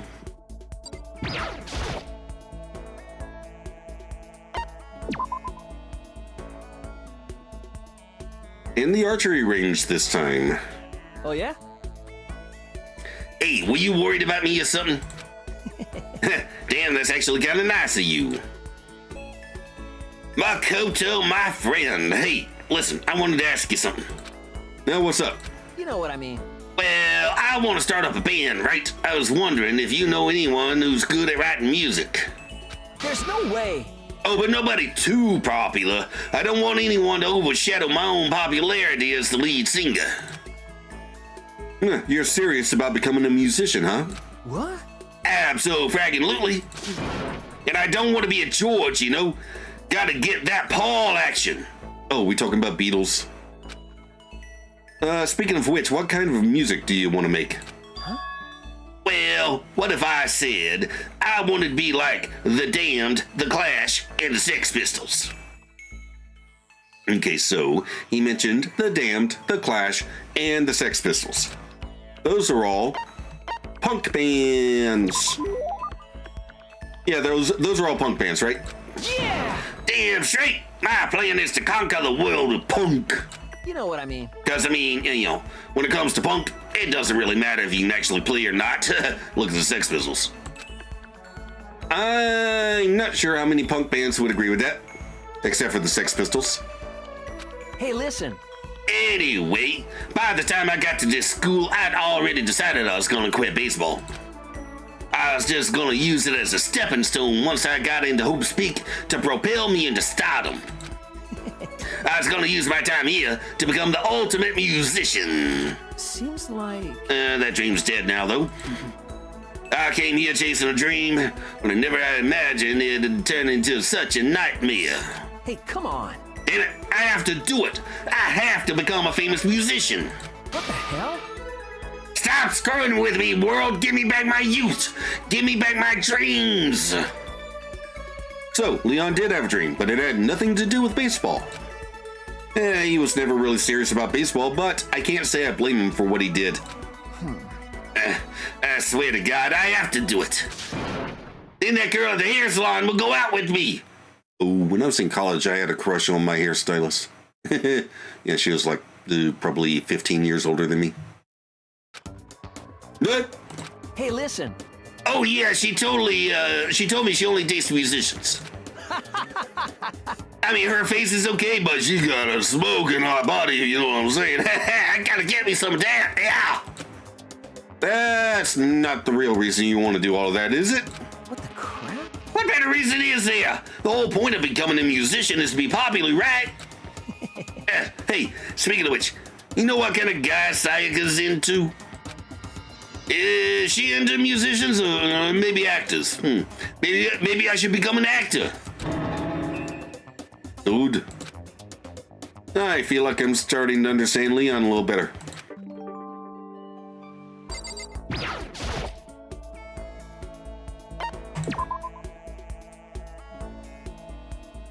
We'll be in the art room this time. Hey, All right, we gotta sit down and plan out our strategy. you know what I mean. So, Makoto, which girl do you have your eye on? Kyoko. Leon and I had a strategy meeting. Leon and I grew a little closer today. Talking about the ladies. Huh? Hey, Makoto, I have something to tell you, but, it's kind of a secret. Did you, come to my room? Your room? Yeah, okay. Huh? Anyway, I'll be waiting. I wonder why Leon suddenly invited me to his room like that. Ooh, I wonder if because he's like the second person to die after Sayaka. And Sayaka has a really short report card, it's only like 3 pages. I wonder if Leon also only has like 3 pages. All right, I did what Leon asked and headed to his room right away. Yo, Welcome to the room of a future superstar. So, what's up? You said you had a secret or something? seems like... Well, okay. So,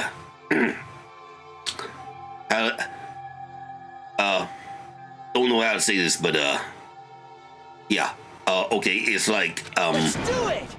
let's play baseball! What? Kidding, just Oh, kidding. kidding. That was a joke. Super joke. I hate baseball, remember?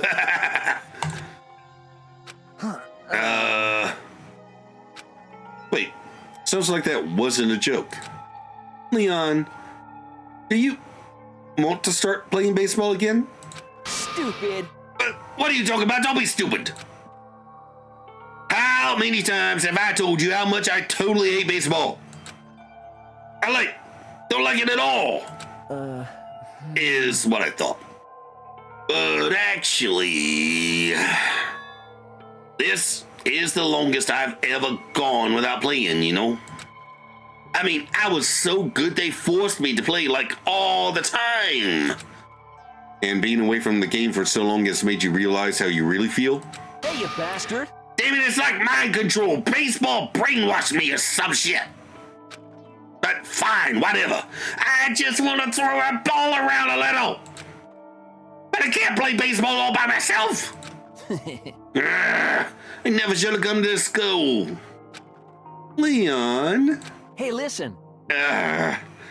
If what's happening to us really is some kind of school event thing, then when it's over, You know what I mean. I think I'm gonna drop out and go back to my old school.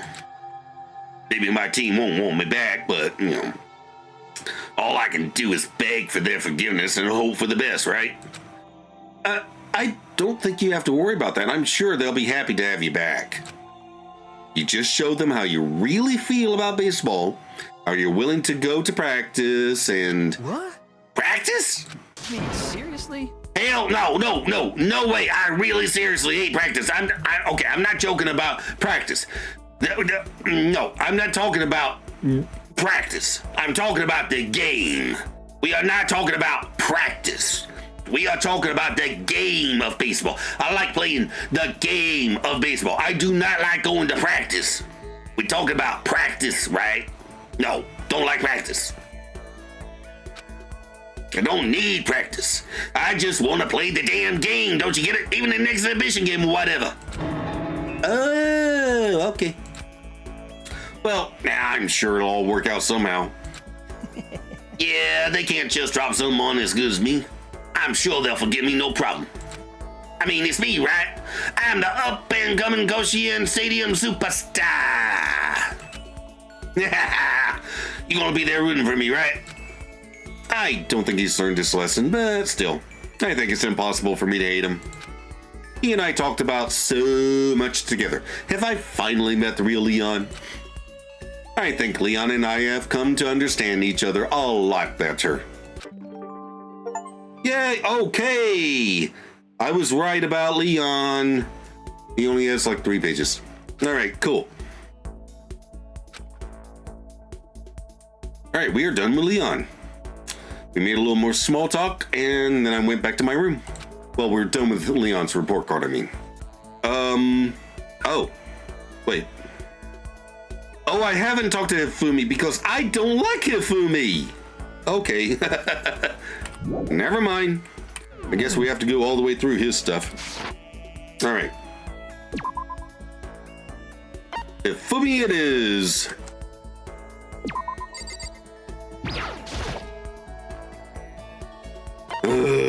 We'll spend time together.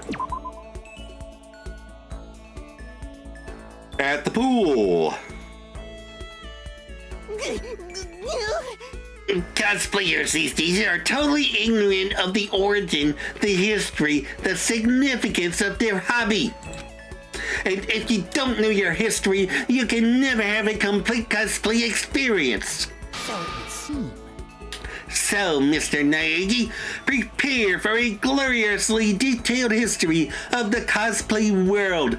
Now, in 1955...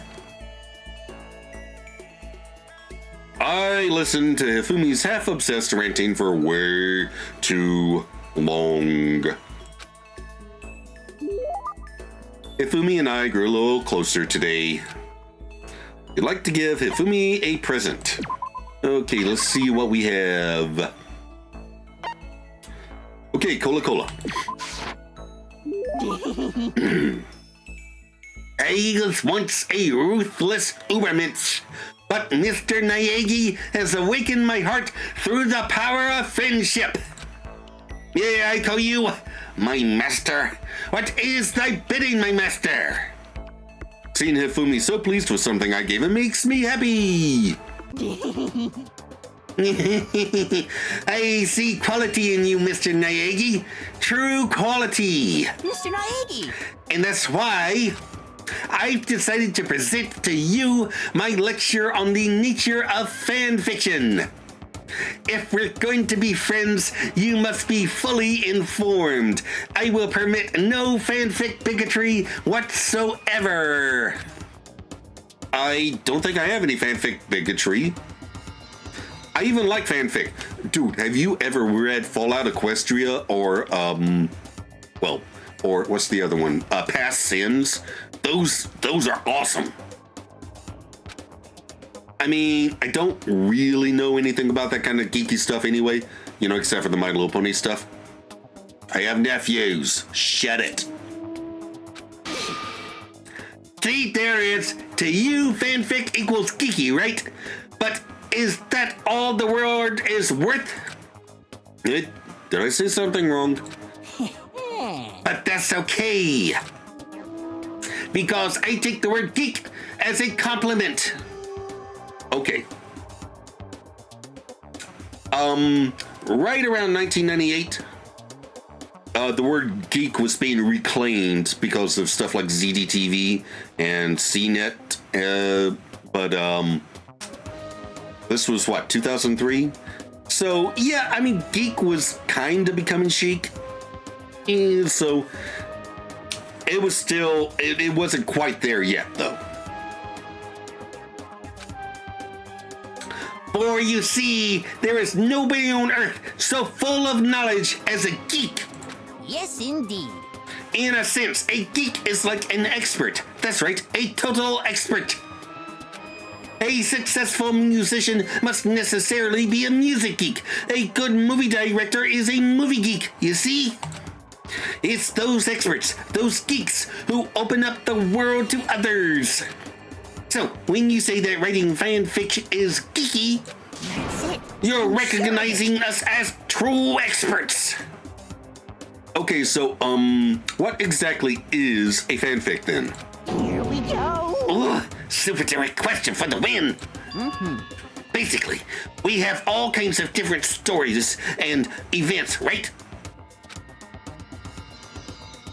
These are where groups of holy warriors sell their own stuff based on games, comics, anime, everything.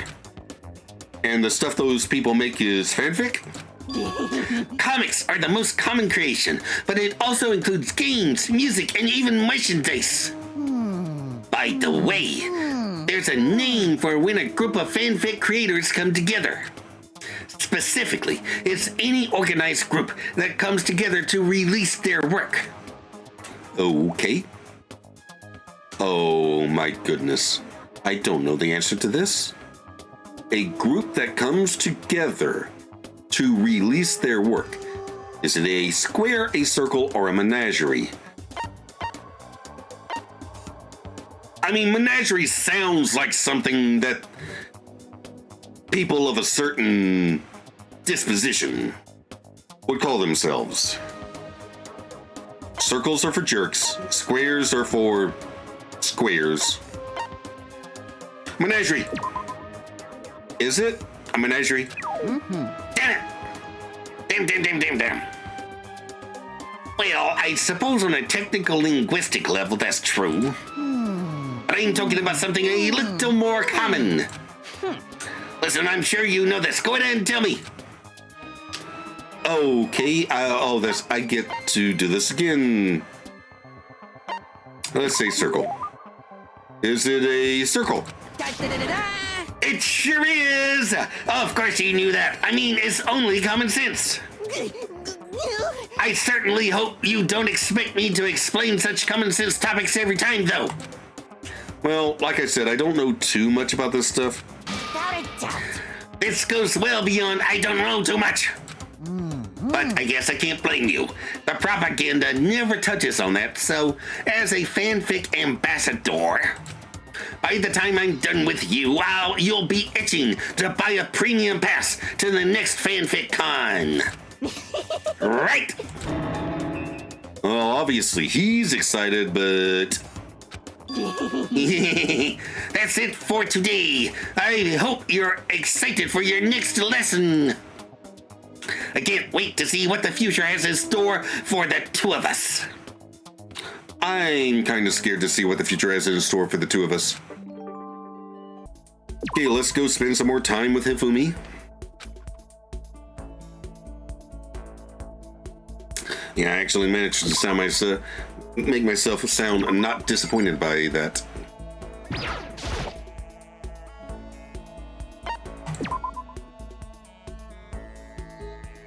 I wonder if my trip tickets carry over. You want to hear what I have to say, huh? Well, what would you like to talk about? Comics? Video games? Anime? Collectible figures? Take your pick. I like anime. I listened to Hifumi's half-obsessed ranting for longer than I would have liked. Yeah, Hifumi and I grew a little closer today. I said I like anime. I didn't say that I know a lot about it, though. Now then, this time, would you like to learn about one of my mini legends? Your legends? Naturally, you don't become the ultimate fanfic creator without a few legends sprouting up around you. One such legend is how, in middle school, I was able to convince the school to create a fanfic club. Here we go. And from that day, I exposed myself and my fanfic to the world at large. By the way, do you happen to know what all my work is based on? Sorry, no idea. Yes, indeed. Well, surely you've heard of the highly acclaimed anime Demon Angel Pretty Pudgy Princess. Now, you might think that sounds totally cliche, but you would be wrong. I didn't simply copy the pretty girl Princess Pickle style. I took a total meta sci-fi approach. My perspective was seen as quite odd, of course, but if you really look at what I was doing, the tentacles were absolutely necessary. My version of Princess Pickles was the total antithesis of the new wave sci-fi movement. In fact, it was my response to J.G. Ballard's speculative fiction stylings. My geekdom is leaking out again. I apologize. So it would seem. Anyway, unlike most fans, I never saw Princess Pickles as your typical moe anime. Yeah, I definitely got that impression. But I can't believe you were able to single-handedly persuade the school to make you like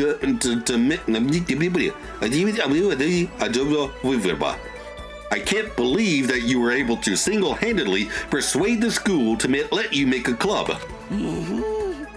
Oh, that's because I bribed them with a cut of my profits. Oh, of course. Profits? And I've only gotten better at it. I'm blowing up. Now then, up until now, I've always focused on taking part in the Princess Pickles single setting events. Single setting? It's when a circle gets together to come up with a project or event focused on only one show or series. So a Princess Pickles single setting event would only allow works involving Princess Pickles, see? On the flip side, if there's no restriction on the number of properties, do you know what that's called? What? A single setting event that only allows material from one show or series. Wait, what? And the opposite of that is when anything is allowed from any property. You know what? I'm going to go with Fan Jam. Gut instinct says free for all, but Fan Jam sounds like sounds like a game jam. You know, where everybody spends one day programming a game or one weekend or whatever. Is it like a fan jam or something? Damn it! Yeah, this is why I hate newbies. You know nothing.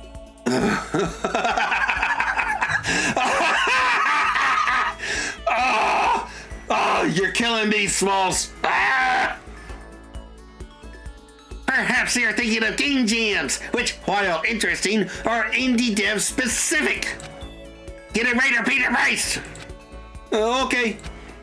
A single setting event, blah blah blah, yada yada yada. Free for all. The opposite of the single setting event. Is it just called a free for all? So it seems. That's absolutely right. Okay, first, a circle. Second, a free for all. Do these guys have any imagination whatsoever? There are actually plenty of free-for-all events every year, and yet You know nothing. more and more slackers are showing up with no idea what fanfic really means. It's so annoying. So in order to crush these peons with all my might, I'm going to start taking part in more free-for-alls. Crush them? That doesn't sound very friendly. I don't participate in these events to make friends, Unforgivable.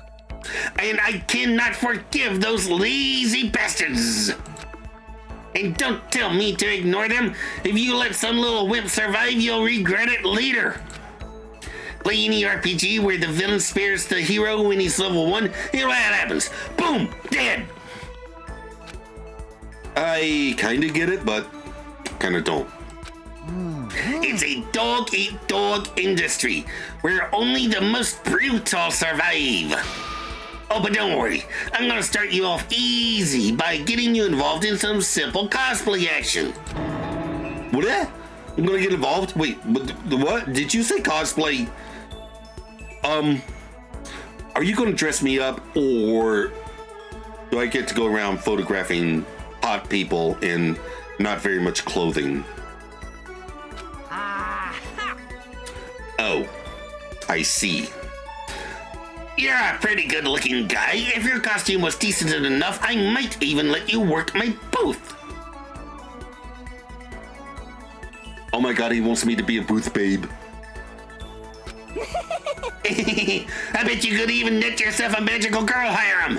Yes, indeed. So with that in mind, let's change the world of fanfic together. What does that even mean? Report card updated. Yay!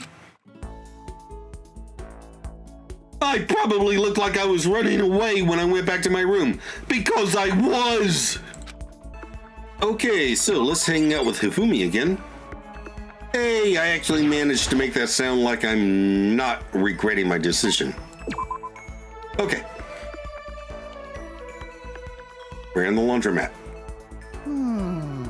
You want to hear what I have to say, huh? Well, what would you like to talk about?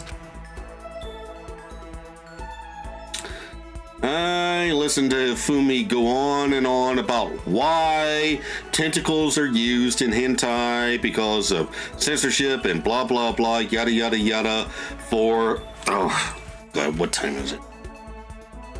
3.5 hours?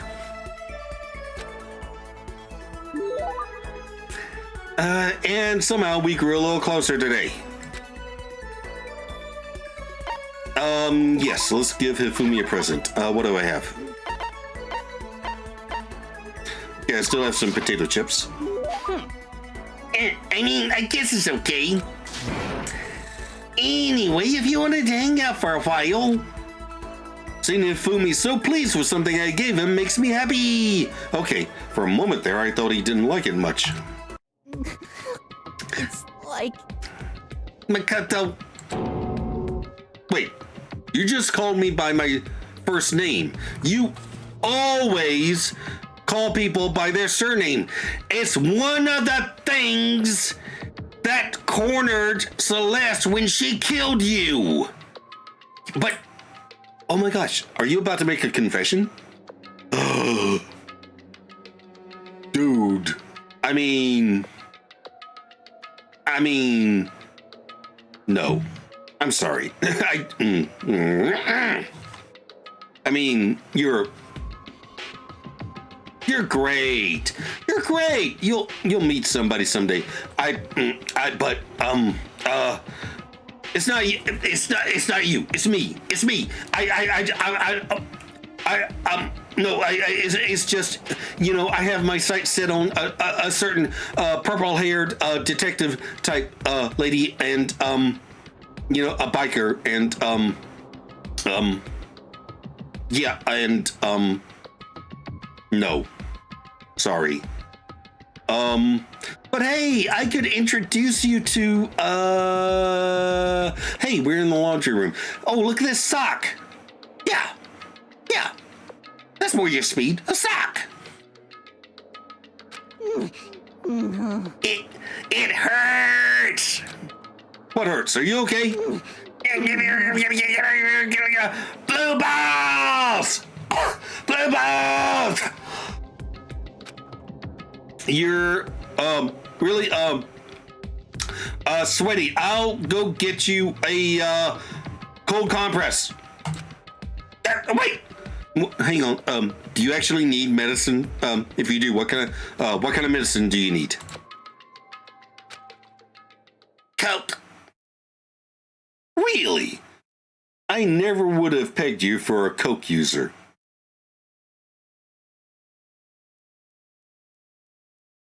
Actually, I can't think of a drug that you would be into. Hey? Say what?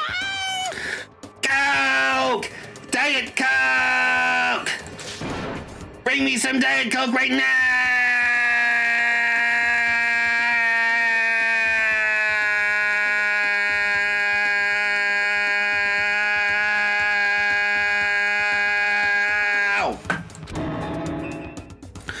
Whoa, he just pulled a total 180.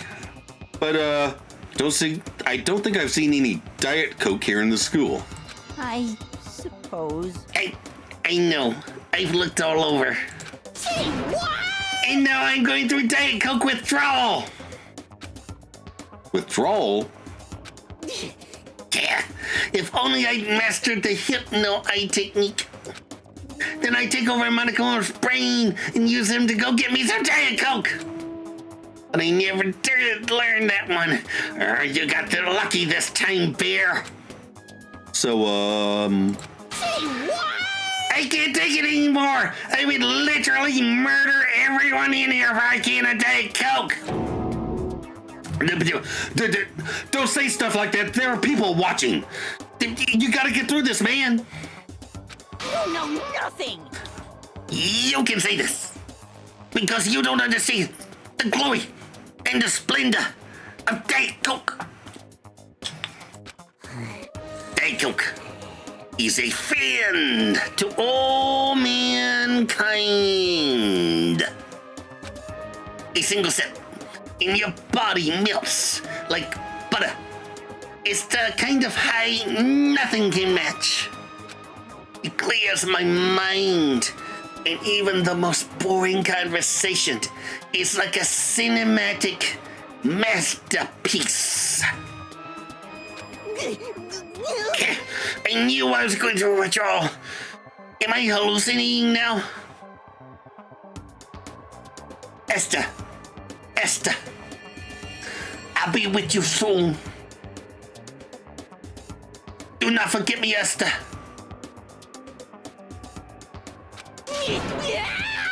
Yeah, we vile spirits. Get behind me, Esther. Not today. Maybe tomorrow. I guess the out. Esther. Hifumi, calm down. It's like... Here comes the auditory hallucinations. That voice. That beautiful voice. My precious Esther. She's calling to me, Naegi. She wants me to step into the light and be with Esther forever and ever and ever and ever and ever and ever and ever. Princess Pickles! It's you! Oh my! It's Princess Pickles! Snap out of it, man! The princess told me to snap out of it. The princess told me... The princess Naegi. Naegi, where did you go? I see only my princess. My Princess Esther Pickles. Naegi, where did you go? Don't leave me. Princess Pickles. My Esther Pickles.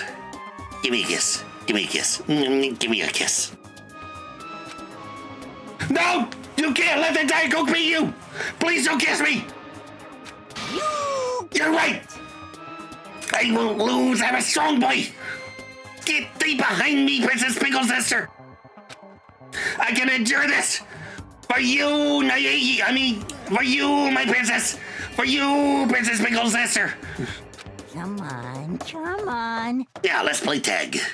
Hooray, hooray, tag, you're it!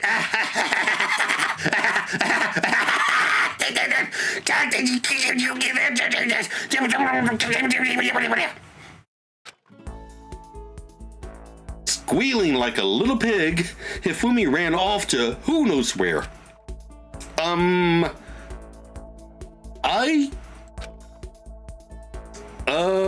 He's gonna be okay, right? Oh boy. I hope the pharmacy has some Benadryl because I'm gonna need something to come down after this. Yeah, sure. He'll be fine. Yeah, sure. Yeah, okay.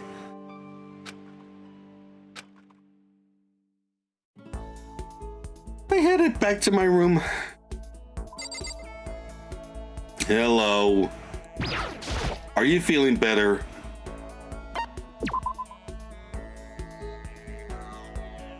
Archery range, okay. Oh? Do you want to be around me? That must mean you have realized that I have certain powers. That's right. My greatest power is my ability to negate the powers of others. I've never actually used it in a fight yet, but I'm not worried, because whatever abilities they have, all I need is my power of negation. Okay, lovely. Hifumi cornered me and made me take part in his delusion. And somehow we grew a little closer again. All right, I have a pretty Princess Esther that I need to give him. Somewhere. Nope. There she is.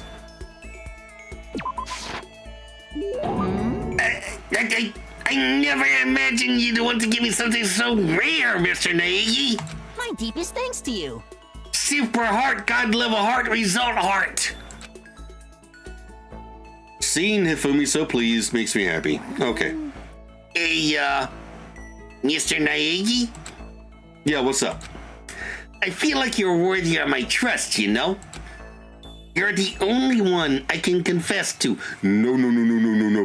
No, this is a Japanese game. Do not use the word confess to me. No, get thee behind me, Hifumi. No, wait, no, don't get behind me. No, stop. No, I mean, no, I'm not, no, but not for, do we have to do this? I've reached my limit. I need to get out of here right now. Hey. Come on. Don't talk like that when you've got that creepy grin on your face and we're alone in the archery range with arrows and stuff. It's like... I need to see Esther. I need to get to a TV. I need to see the real Princess Pickles. Wait. What? What's he mean real? She's a cartoon character. But now might be a bad time to bring that up.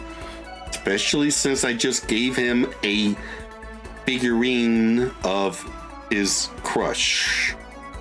Oh my.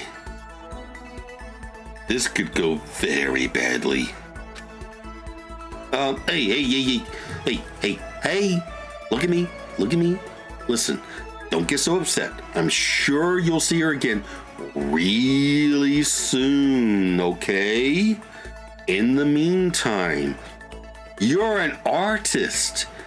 You know how to draw really well. You can draw her and look at her and talk to her and hold her close. And also I gave her, well, let's not talk about that. You'll see your, well, what is it? Something angel, pretty pudgy princess thingy. Without a doubt. Something angel! Something angel! You know nothing. How dare you insult that princess like that? Say her name right, swing! Her official name, what was it again? Esther something. Right. I just gave her, Demon! Oh, now I remember. The full title is Demon Angel Pretty with ya. Right? It's actually Demon Angel star Pretty Pudgy Princess to be precise. You left out the star, but I suppose I'll let that slide this time, Nayaki. Thanks. But geez, Hifumi, you really love that anime, huh? Of course, she's my guiding angel. She opened my eyes to life. How very sad. Before her, I didn't have a single friend. Before her, I was just a mild-mannered boy who liked to draw. I hurt everything I touched. I was a model young lad who fell to the dark side of tentacle hentai. For example, sometimes a nice type girl would try to come talk to me, right? That's it. I'm You know- sure of it. Being nice to the weird dorky kid, and I'd scream at her, "You're such a hypocrite!" I just yell right in her face and make her cry. And I love doing that. That's awful. You probably traumatized that poor girl. But by total chance, I happened to catch an episode of Demon Angel Demon Angel star Pretty Pudgy Princess that one day. At first, I felt nothing but contempt for it. I thought it was just another magical girl enemy. What? However, after that, she came to me in my dreams.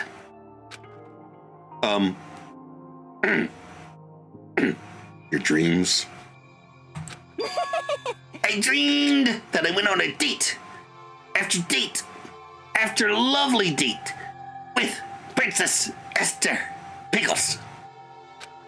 It was so much fun. When I woke up and realized it was a dream, I changed my underwear and my pajamas, my sheets, and got depressed. But I also realized I was in love. I wanted to experience the sensation again, so I started buying all the Princess Pickle stuff I could. However, Unfortunately, in the show itself, the princess never falls in love. So as much as I wanted to, I never got to see her face filled with love the way I did in my dream. it's like The face she made when she was in love was the cutest thing I've ever seen. yes, indeed. So, filled to the brim with my overflowing affection for the princess, I decided to draw that face myself with my overflowing affection all over it. I was consumed with passion. And I finished one Princess Pickles project after another. I was so happy with the results, I decided to put it up on my personal website just to see what happened. And it was an instant success. I was on the front page of Reddit, for crying out loud. Rule 34 on the front page of Reddit. That was the moment I was reborn as a true fanfic creator. Yeah, so that's why, huh?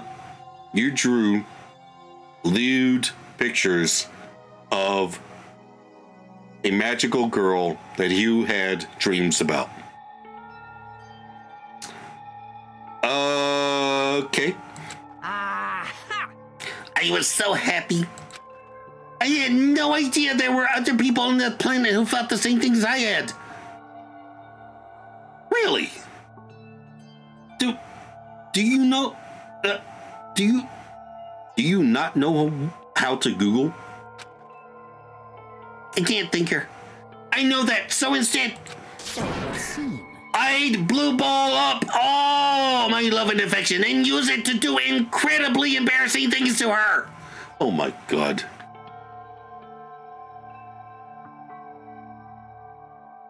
It was just a bit before, but now it's canon.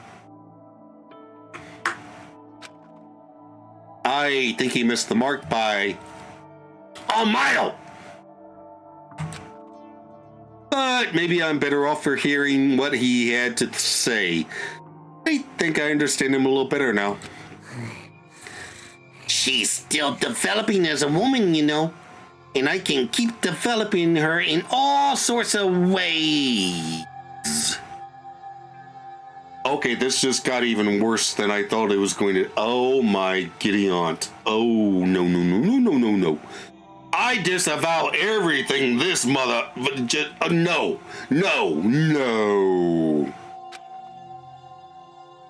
And maybe understanding him just a little better is good enough for me. Thank you very much.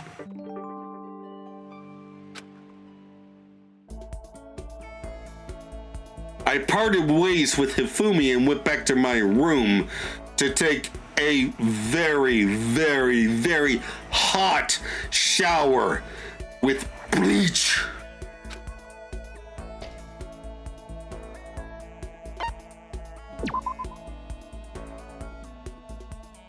All right.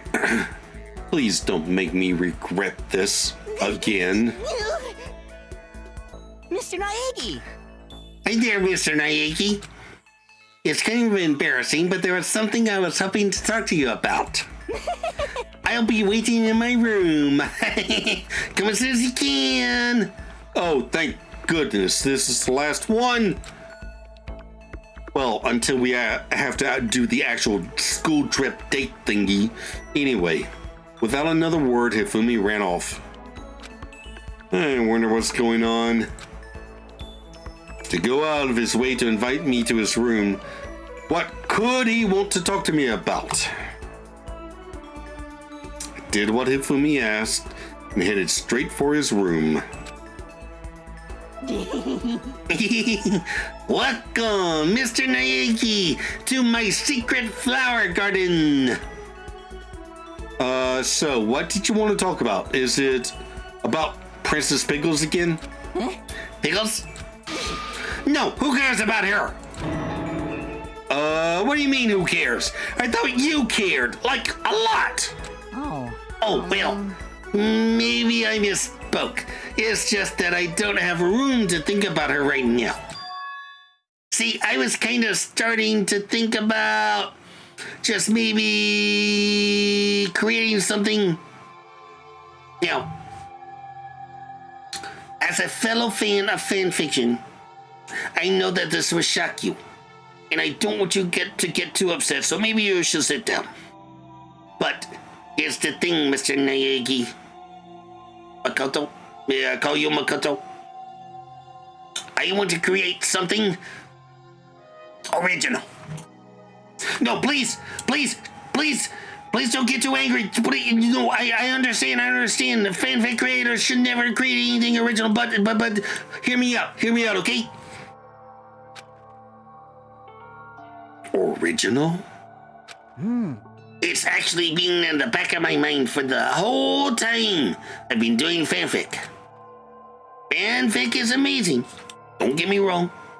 I love my fanfic. It's a way to connect people to a shared dream, so to speak.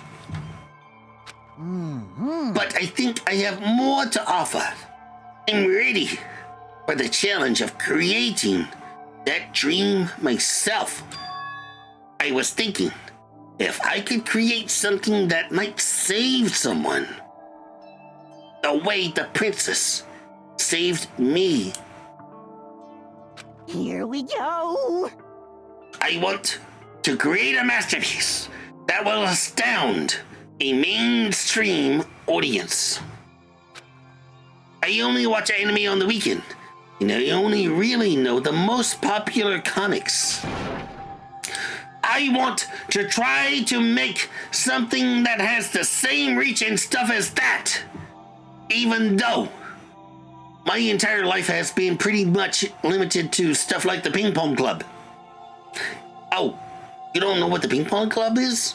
Oh, I have some VHS tapes over here. They never made it to DVD for reasons that will become apparent once you watch the show. But anyway, I guess what I really want to do is create something that other people will want to make fanfic of. Of course, I'll still keep making fanfic myself because, I have to support myself, My Patreon is blowing the fluff up, you know what I'm saying? I mean, that is my life as a work after all. But if that can coexist alongside original work, it's like the best of both worlds, right? So that's your dream. A dream? Well, when you put it like that... Stop, you're embarrassing me! But having a dream to work toward is really nice. I'll be cheering you on. In private. No, Mr. Naegi, in private is unacceptable. Damn it. Yes, indeed. I want you to become my assistant. What? That's right. A legendary assistant / historian. Heavy emphasis on the / by the way. I feel as if... Oh man, how cool is that? You'll be like my own personal narrator. Long ago, there was a man named Hifumi Yamada. He was an incredibly famous fanfic creator. His grandpa went up to the mountain and cut and cut and cut.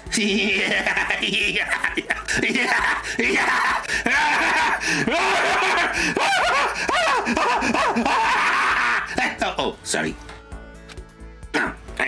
As I was saying, his grandma spent her days washing clothes, washing pants, washing braziers.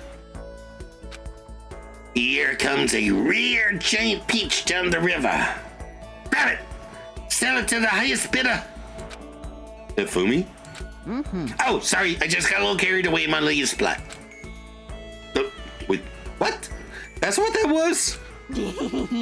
Anyway, I'll be counting on you to give the world a play-by-play as I ascend into godhood. I mean, if I'm, successful.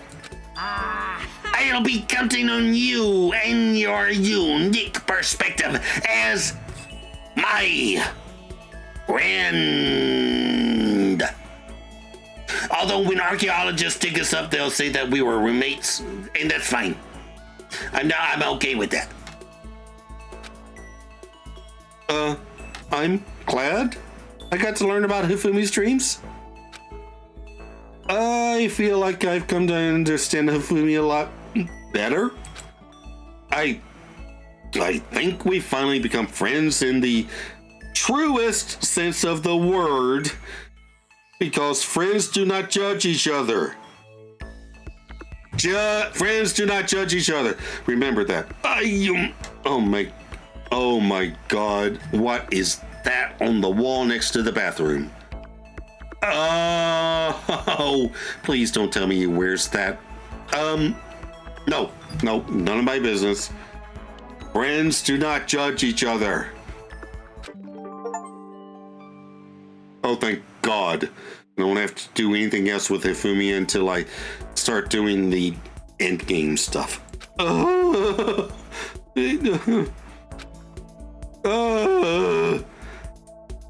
I left Hifumi's room and decided to jump off the top floor of the building. But somebody stopped me. I don't know who. Oh no. Okay, so I did hang out with Hiro a little bit in the killing game version of the story. So insert awkward cut to me hanging out with Hiro in a previous version of the game. Yeah, let's talk to Hiro first, though. Yo, Makoto, what's happening, bruh? Should I hang out with Hiro for a while? Yeah, sure, why not? Huh? You want to hang out with me? It's not like some occult mystery. Tubular, dude. Man, have I got a story for you. Oh, you're not gonna believe it. My research revealed a surprising connection between the Tokyo Tower and the lost Lemurian civilization, bruh. Lemurian, that sounds familiar. Hiro spent a lot of time talking about stuff that didn't make any sense to me. Hiro and I grew a little closer today. I would love to give Hiro a present. Let's see. There it is.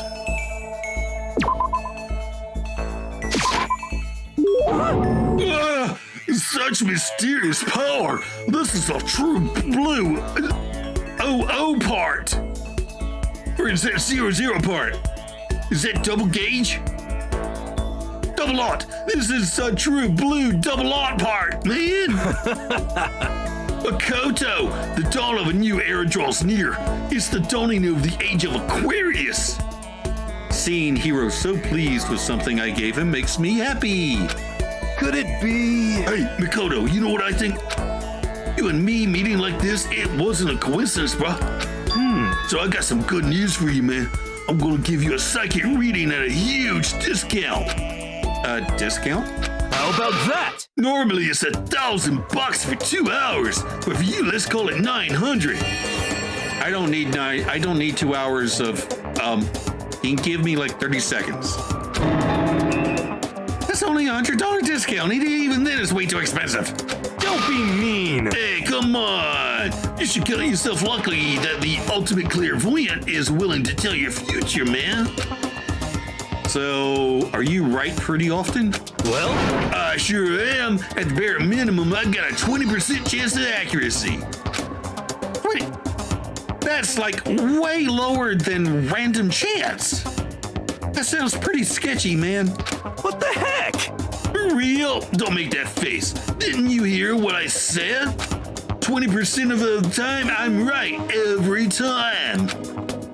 That includes natural disasters, election results, you name it, man. Don't you realize how amazing that is? How about that? Okay, fine. I'll give you a special trial run. After all, I've already seen what the future has in store for you. What? When did you see it? Well, You won't believe what I saw, man. It would appear that the mother of your children and the mother of my children are the same woman. Well, the rate things are going, options are limited. I refuse, denied, don't like it. I'm right? Doesn't matter if you like it. It's just the way it is. 20% accuracy, you said? You know? At least. I pray to everything holy you're wrong. Please be wrong. Okay, now then, since that was a special trial run, I'm afraid I can't apply the discount. That'll be $1,000, please. Don't worry, you can pay me after we get out of here. And hold on. There's no way you're gonna be right? If you like, I can do a reading right now to see whether my reading was right or not. Naturally, additional fees will apply. Think about it, okay? Let me know as soon as you're ready for my services. Oh my god. Oh, he's gone. I have enough in my bank account to take another crack at it. No! I can't bring myself to pay for something like that. I can see how people could fall into that kind of cycle, though. That was close. Please, whoever's listening, I'm begging you. Whatever else happens, don't let him be right.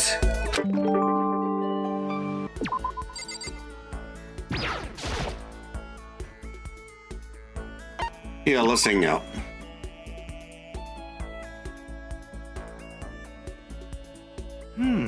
Huh? You want to hang out with me? It's not like some occult mystery. Well then, Dev, I got a story for you, man. My research revealed a surprising connection between Tokyo Tower and the lost Lemurian civilization, man. Hiro spent a lot of time talking about stuff that didn't make any sense to me. Hiro and I grew a little closer today. Yes, let's give him a present. If I have something to give him. Okay, I have something to give him. Such mysterious power. This is a true blue part. Makoto, the dawn of the new era draws near.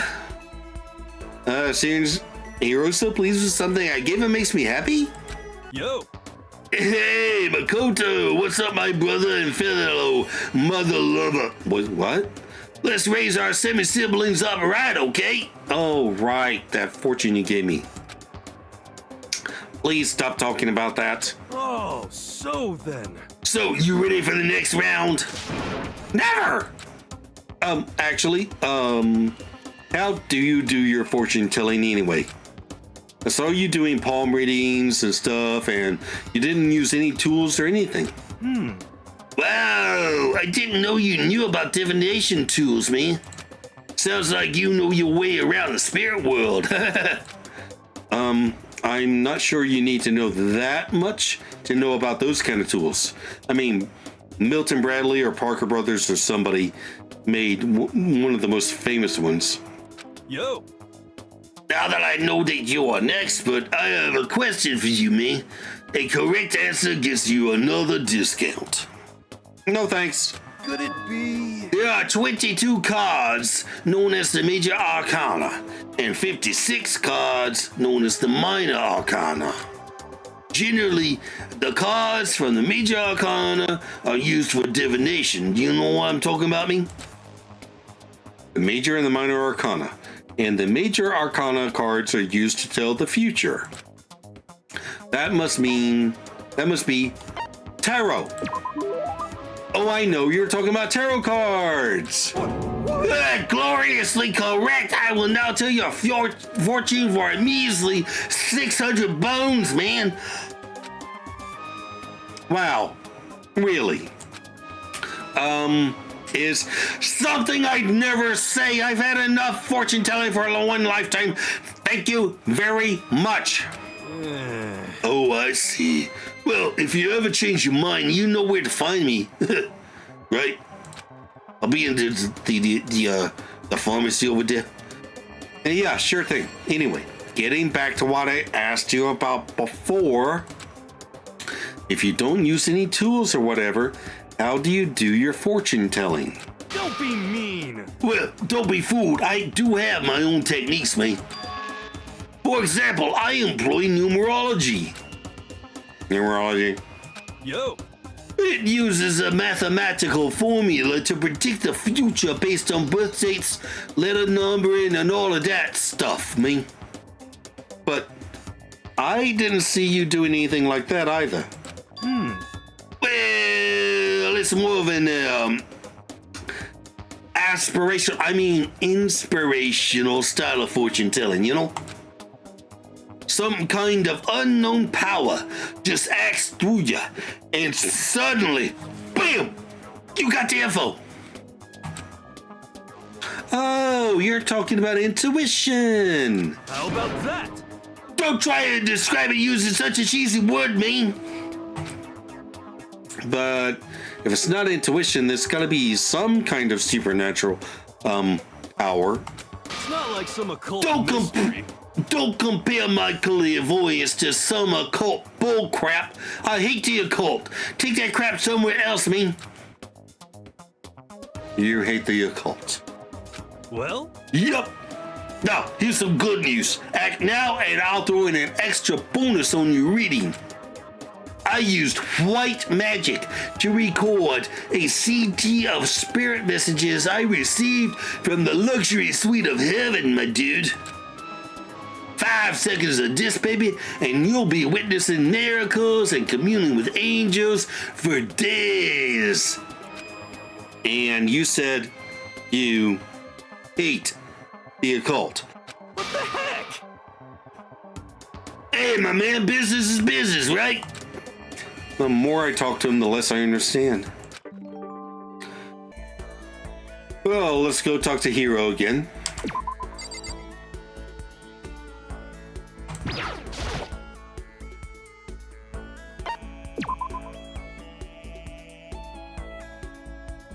Hanging with Hiro at the pool. Well, Well then, why don't we have a heated discussion about cosmogony?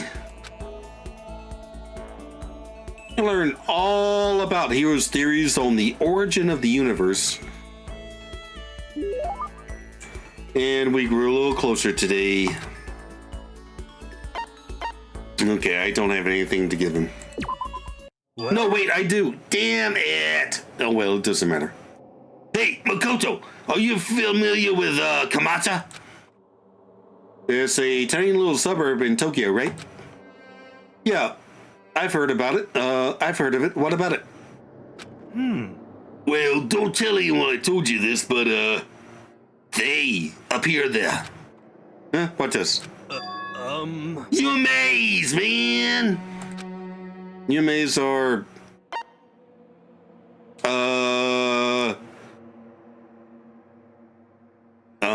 unidentified marine? No. A. The hell is A? Are they cryptids then? Unknown... Damn it. Okay, I know about UAPs because... I wish I didn't, but I do. I'm gonna say cryptids. Oh, you're talking about cryptids, right? Unidentified mysterious animals. You know? You got it, and it just so happens they've been appearing in little old Kamata. What kind of cryptids? How about that? The terrifying skyfish. In the West, they're usually just called rods. Oh, I've heard of these. They can fly and they have a thin body with a big wide fin. They can move their fins in a wave pattern, which lets them move faster than the naked eye can see, me. Could it be? You ever heard of the Anomalocaris? Some people think that's what the skyfish evolved from, me. And some others think they're an artificial life form, a genetically engineered military superweapon. Isn't that scary as hell? But why would they be doing that in Tokyo? And in Kamata, no less. Well, nobody knows, but I think they're dangerous. You know how close Kamata is to Haneda Airport, right? Don't want to wait until it's too late. I've been thinking I should call the airlines. They need to know that there's a way to get rid of those damn skyfish, and I know what it is.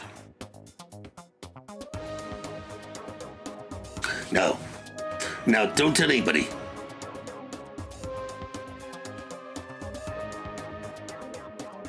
Are you listening? Are you listening? Try not to laugh videos. They'll laugh at anything, man. Show them a try not to laugh video. They'll just die of laughter. Then problem solved, right? and as long as they can pay my fee, I can keep things safe for them. That's what I'm going to tell them, man. I wouldn't do that if I were you. I see a lot of jail time in your future if you do. Plus, isn't that like super occult? I just don't understand. And I do have another meteorite arrowhead I can give him.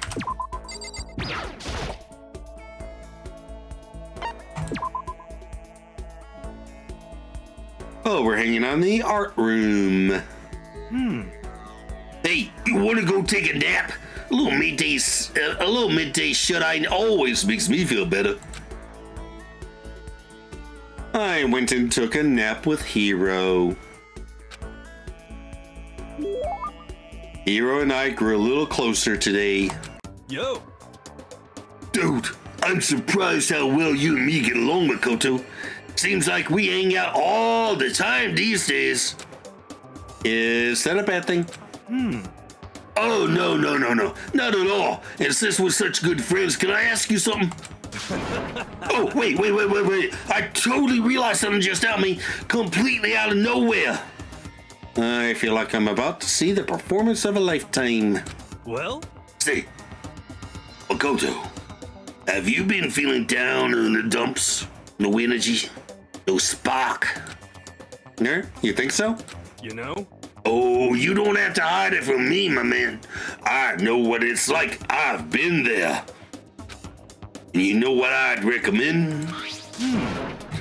This. Is that a butterfly? No, it's a crystal ball, you fool. What is it? You know? A crystal ball, you fool. I just said. Okay, and? Just hold on to it for a second. Here. Completely against my will, Hiro shoved the crystal ball into my hands. Well? What do you think? Nice and cool to the touch. Feels good, doesn't it? Yeah, okay. Actually, yeah, it does. It's a little hot, so, you know. You can feel its power, can't you? Do I feel it? How about that? It's the ancient power of our timeless Mother Earth. What? For serious? You see, that crystal ball is quite the history. It was found in the ruins of Atlantis. It is literally a priceless, one-of-a-kind artifact. This precious item grants enormous power to whoever holds it, bringing prosperity and peace of mind, man. This very ball was known the touch of Napoleon, George Washington, even Genghis Khan. I think that's probably the single most unbelievably unbelievable thing I've ever heard. And I just recently spent a lot of time with Hifumi! Well, I'd like to give it to you as a present.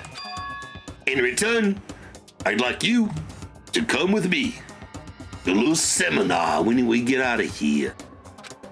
And don't worry, I'll see about getting a discount on the entry fee, because that's what friends do.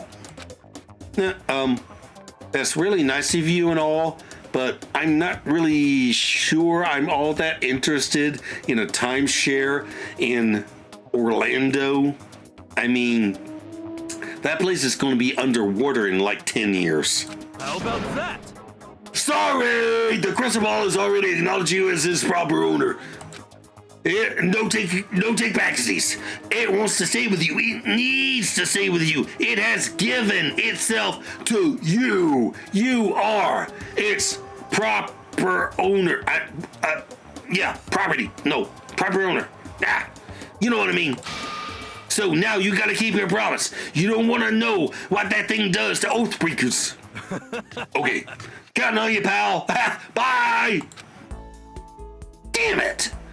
Refusing to take back the crystal ball, Hiro hurried away. But I could hear him mumbling to himself and caught something about finally made my quota. I really hope I heard him wrong. Okay, let's go spend time with Hiro again.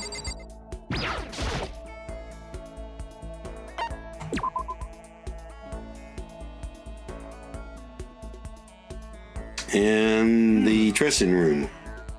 And we're going to take a nap together again.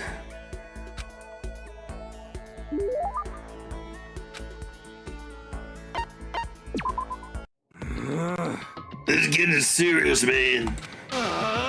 When are we gonna get out of here? The world is so big, so freaking huge, and we've all been stuffed in this one tiny little corner. Yeah, I guess even Hiro is starting to get stressed out by all this. Can we talk, like man to man? Haven't told anyone else, but need to get this off my chest. Yeah, what is it? There's a big reason why I'm so anxious to get out of here.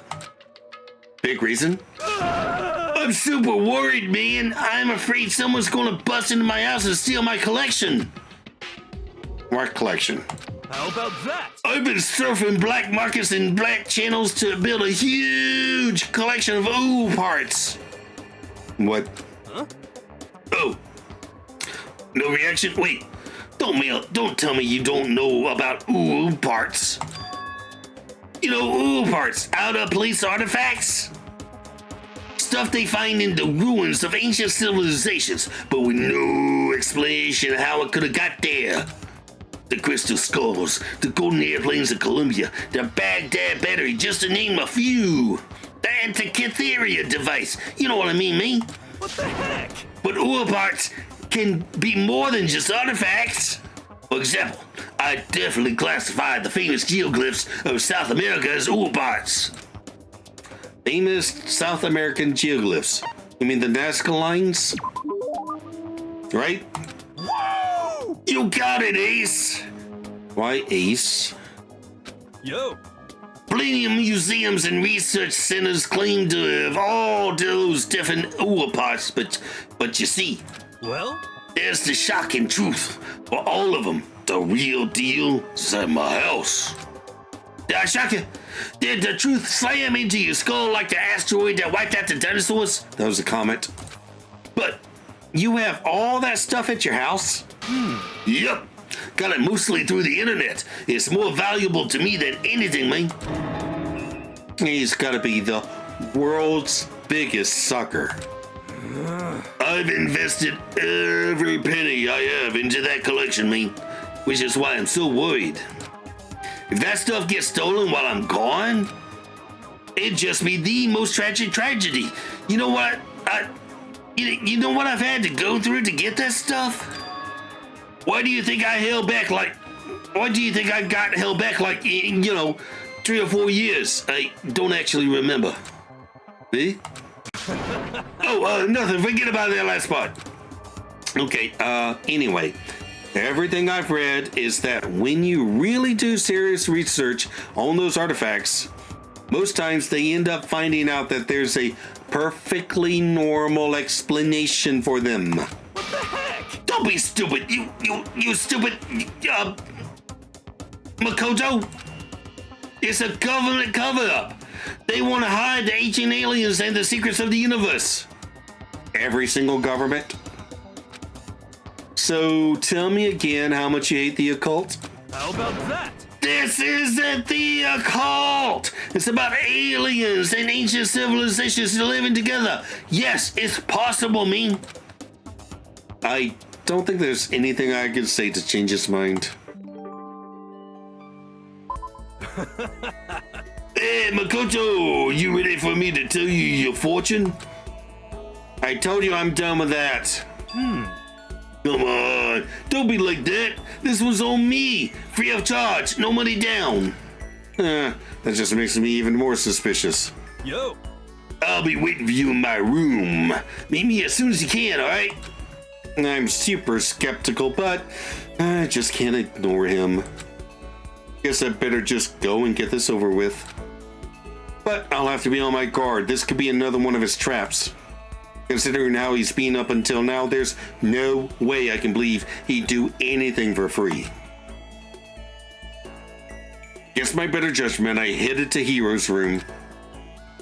Yo, yo, yo. Yo, Makoto, welcome to Mikasa. That's French for welcome. Thanks. Listen, before we get to the reading, I have a little favor to ask. I knew it. Forget it, I'm out of here. I was right to be skeptical.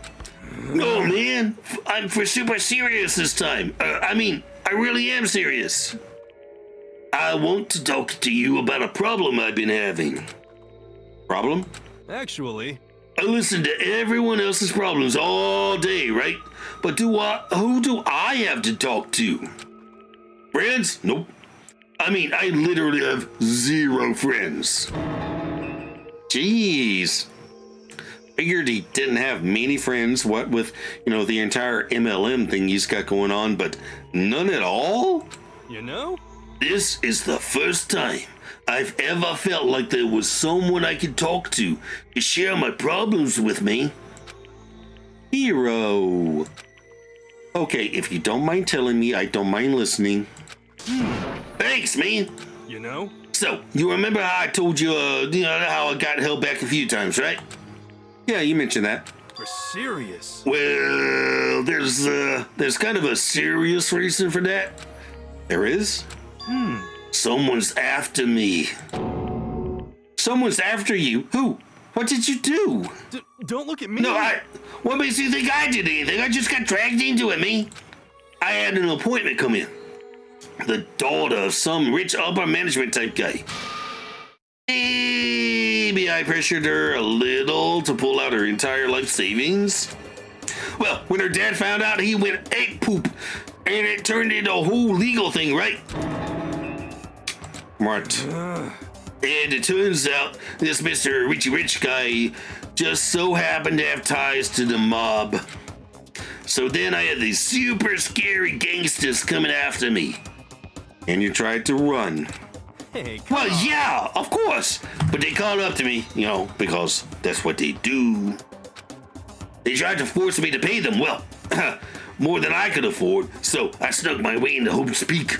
The instant I leave this school, they're gonna come for my guts. Black market organs are in huge demand. But I love my organs. I don't want to give them to someone else. Help me. So here's the deal. Sell me some of your organs on the cheap, and I can resell them at market price. What? Please. Just one. One's all I need, man. A kidney. You don't need 2 kidneys, right? Or liver. I heard that if you cut out most of the liver, the rest will grow back, right? I don't think that's true. Please. Okay, fine. Sell me your identity. Those are pretty valuable these days. I do have all that student loan debt. I could pawn that off on you, I suppose. What the heck? Yeah, you're so selfish. Be honest, you used that money to buy those artifacts of yours, didn't you? How'd you know? I remember you mentioning how expensive that stuff was. What else could it be? Wait, you're not suggesting I sell my ooh parts, are you? Why not? That makes the most sense, doesn't it? If you can't bear to do it yourself, I'll help you. Don't be mean. No freaking way. The collection is all I have in life. Aside from your organs? How could you even suggest such a terrible thing? You're a cruel man, Makoto Naegi. You can call it terrible, but... How about that? That's enough. Forget I ever asked. No matter what it takes, I'm going to get out of here, even if it means demolishing my life savings. Wait. You have a life savings? Hey. Sure. Yeah. Well, of course. So, now you know. I figured if I sold your organs, I wouldn't have to dip into my retirement fund. The hell is wrong with you? What the heck? What? Okay, I've had it. If you're not going to give me your organs or your identity, you can just get out.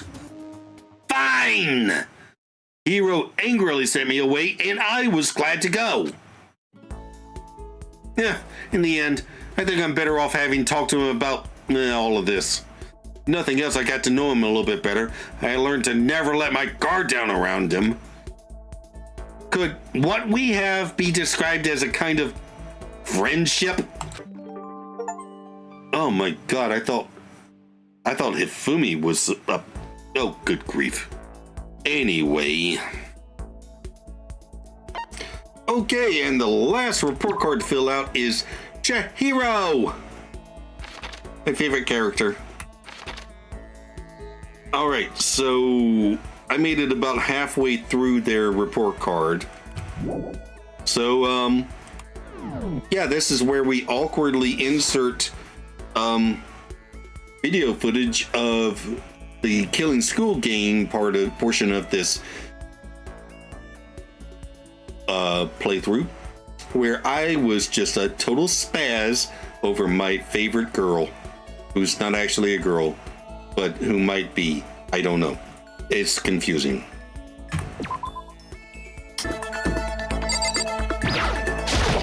Hello there. Hello there, Makoto. Oh, you seem much happier.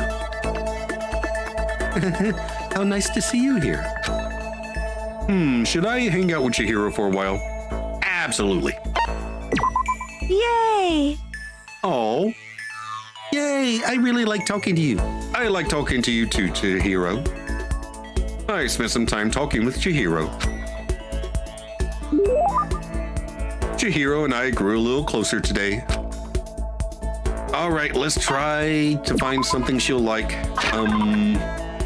Physical health related to beds. I don't. Fine, we'll try this. Huh? I can have this? Thank you. This has made me feel a little better. Does that mean she liked it? No. Oh, damn it. No. What's wrong, Chihiro? It hurts. What hurts? Did you get hurt, Chihiro? You know? Oh, well, not really. I got bit by a mosquito last night. A mosquito? Oh, I figured something serious had happened since you were saying how it hurt. Huh? Oh, did I give you the wrong impression? Sorry. You don't have to apologize. It was my own fault. But you said it hurts? Did it, really bite you that hard? Yeah, see? Look. She held out her arm. The huge red bump stood out clearly against her pale skin. Holy cow! What should I do? It's way past itchy now. It really hurts. But why is it so big? Did it bite you while you were sleeping or something? You're wrong. Oh, no, I was awake. But you didn't notice? No, I noticed, but what? You know? Well, I felt it bite me, and I looked down at it. But I didn't do anything. I just sat there and watched it suck my blood. You just watched? Why didn't you smack it? Huh? Because that would have killed it, right? Well, yeah, but... You know? It must have been really hungry to suck that much blood. If it was that hungry, it would have been really sad not to let it have anything. But it's just a mosquito. Mosquitoes are living things too, though. It might have its own mosquito family. What? Sorry, I know that's dumb. No, really, you don't have to apologize. But don't go scratching it. Don't go scratching it, okay? That'll just make things worse. But what if it gets so itchy I can't take it? Well, in that case, just take the tip of your fingernail and push it into the bump. That'll help. Huh? Wow, I had no idea. You're so smart, Makoto. As she said that, she smiled like a tiny, cute little animal. I wonder if she does that on purpose. If so, that's a whole other level of scary. Also, go to the warehouse room and see if they have any, is it chamomile or cameline? Or calamine? Lotion! Whatever, anti-itch lotion. But anyway, don't you think it's kind of strange? What is? You know? Well, this school is completely sealed off, right? So, how did a mosquito get in? Maybe there's somewhere in the school where bugs can live and grow. Some kind of, nature-y spot. A nature-y place in the school? Well, can't say for sure there's not. Or maybe there's a secret passage somewhere that leads out of the school. A secret passage? Well, even if there's not, I'm sure we'll get out of here somehow. As long as we all work together, I'm sure we'll be out of here in no time. You're right. Working together is super important. But Of course, I don't know how useful I can be. I'll probably just weigh you all down. That's not true. It makes me feel way better knowing you're here to help. huh? It does? Really? Yep. So let's all do our best, okay? Thank you. Okay. Thank you, Makoto. Chihiro's report card has been updated based on your experience with her.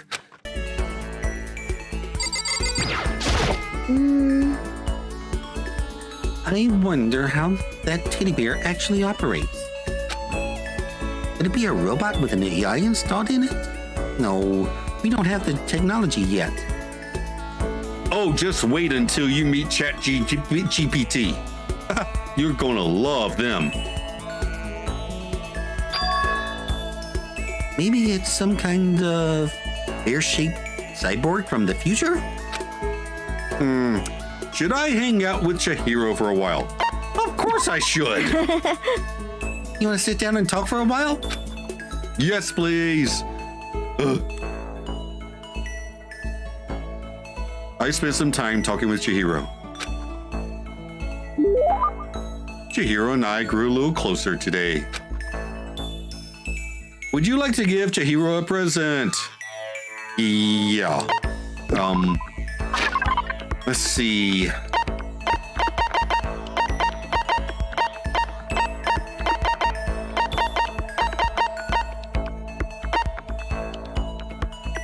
You know, let's try this. Thank you. Thank you, Makoto. This is the first time I've ever gotten something like this. I get the impression that she liked it. That's good. Oh, thank goodness. What's wrong? That seemed like a pretty heavy sigh. You know? Oh, sorry. It's just everyone else is working so hard to get us out of here, but I ain't no help at all. That's not true at all. But It's okay. You don't have to try and make me feel better. I know it's the truth. I'm completely useless without a computer in front of me. Oh, I forgot about the laptop, dude. Hey, there's a laptop. It doesn't work, but maybe you can put it back together. I don't know. It might be fun. At least if I were a little stronger or something, then I'd be able to help somehow. Listen, you'll get your chance. I'm sure there'll be a time when your skills will come in handy. So you don't have to worry so much, okay? huh? My skills might come in handy? Yeah, I just have to figure out how to get you in front of that computer. If I get a chance, I'm going to work super hard to chip in. When it comes to computers, you can count on me.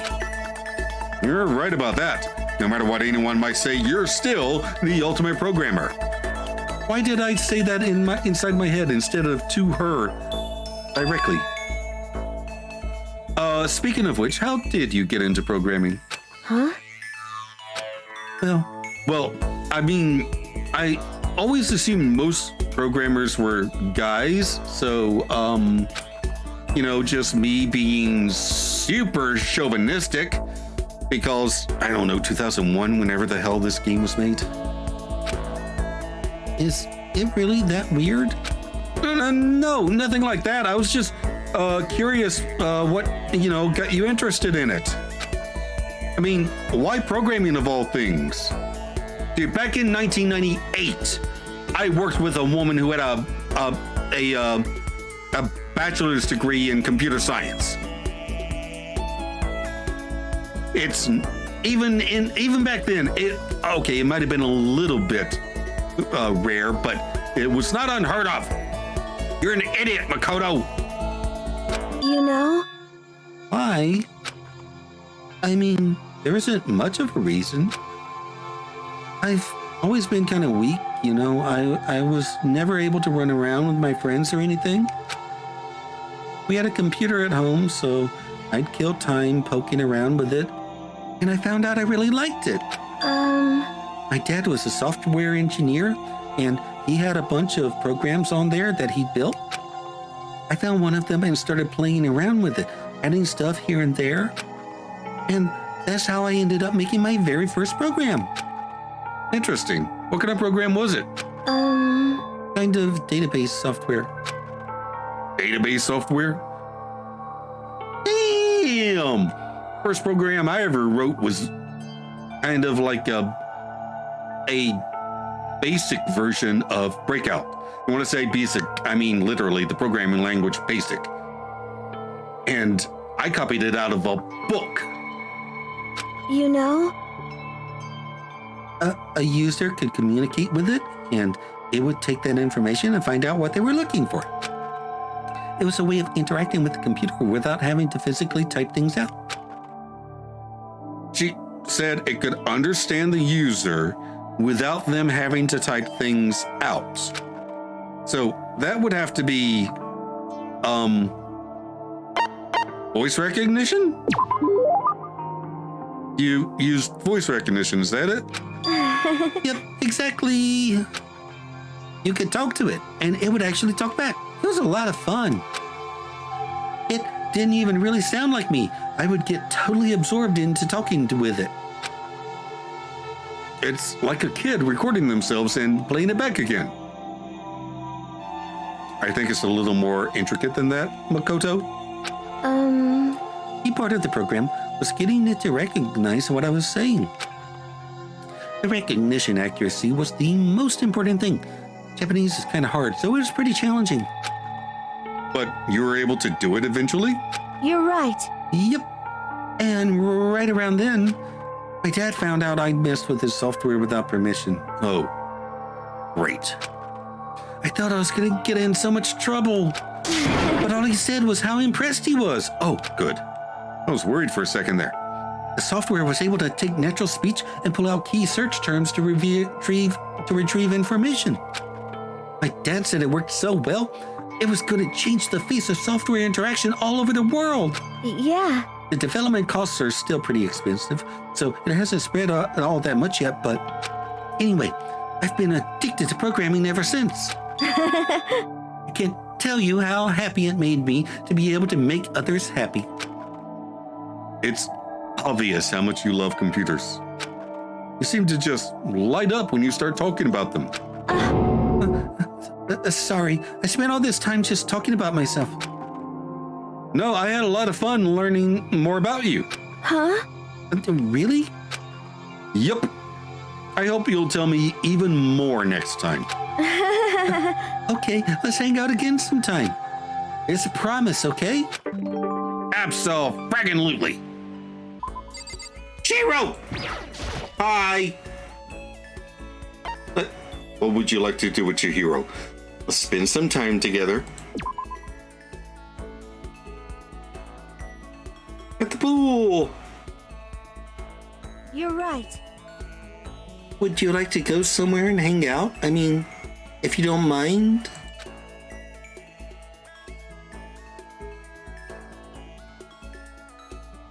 I hung out with Chihiro for a while. Chihiro and I grew a little closer today. Yes, definitely give Chihiro a present. Give Chihiro all the presents. And the head pats. Let's see. What will Chihiro like? Blueberry perfume. Huh? A present? Yay, thank you so much. Chihiro is so pleased with something I gave her. Makes me happy. Yes, it does. If you don't hate the idea, Would you like to talk some more? Yes, please.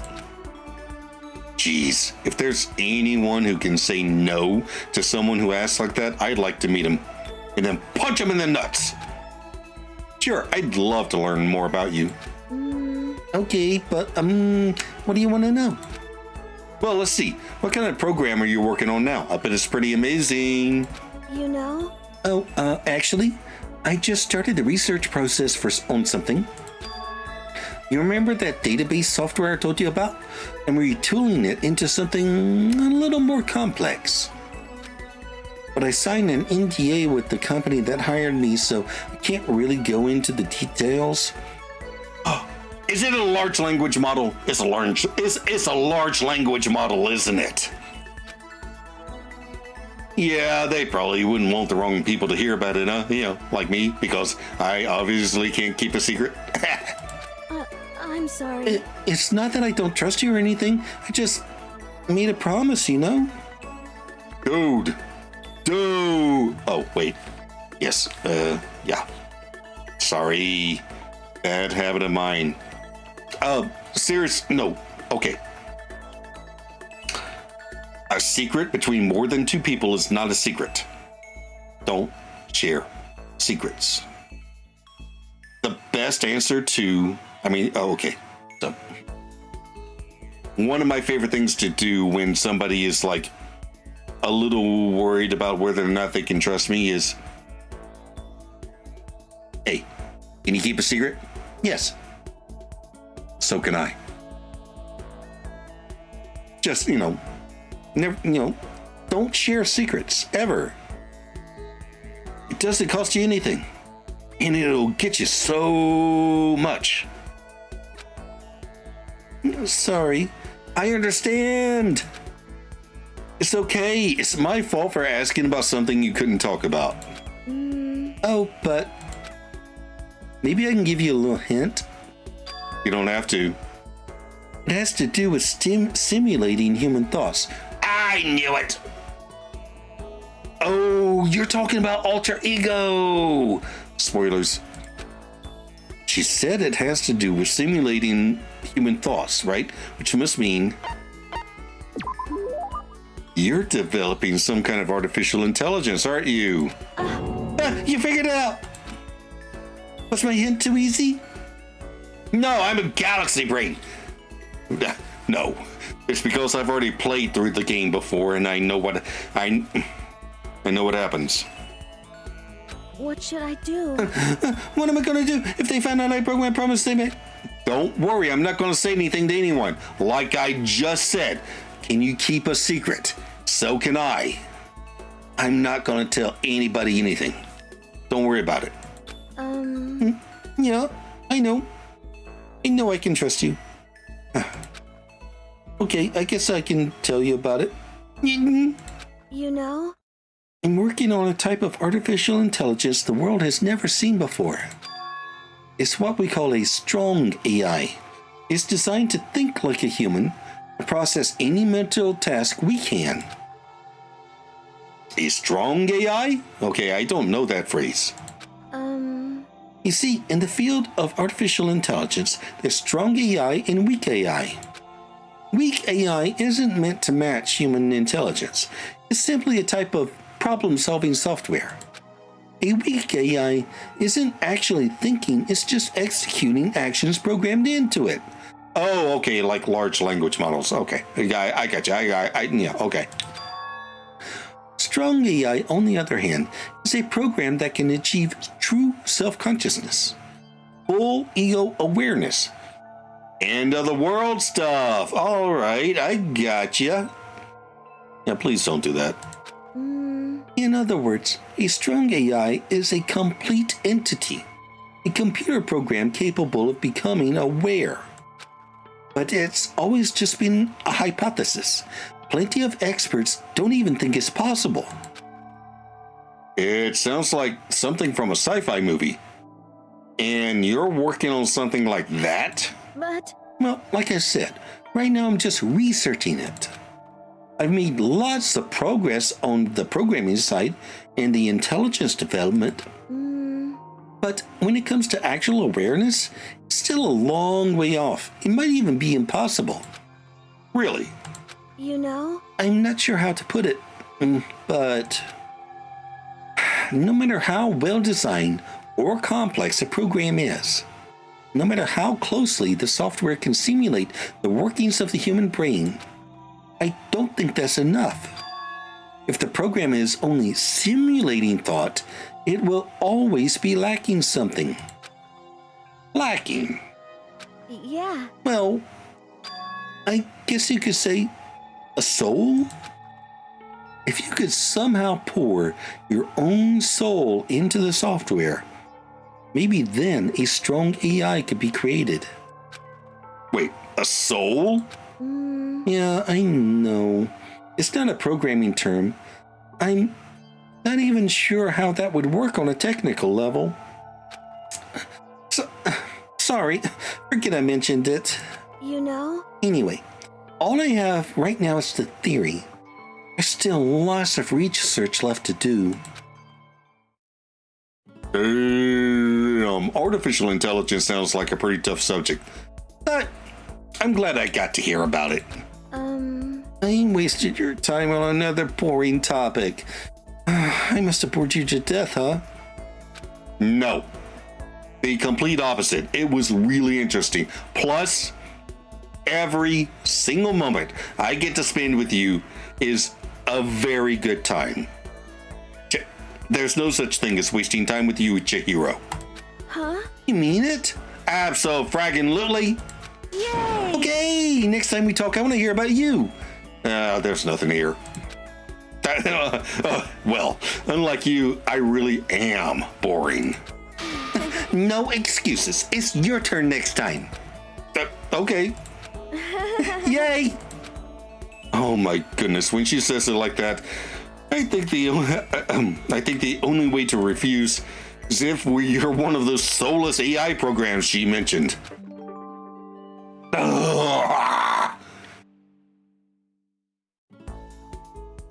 Okay.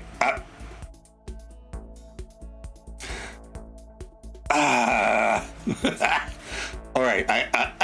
I know that I know I keep saying Kyoko is waifu for lifeu, but god damn, Chihiro's so freaking cute.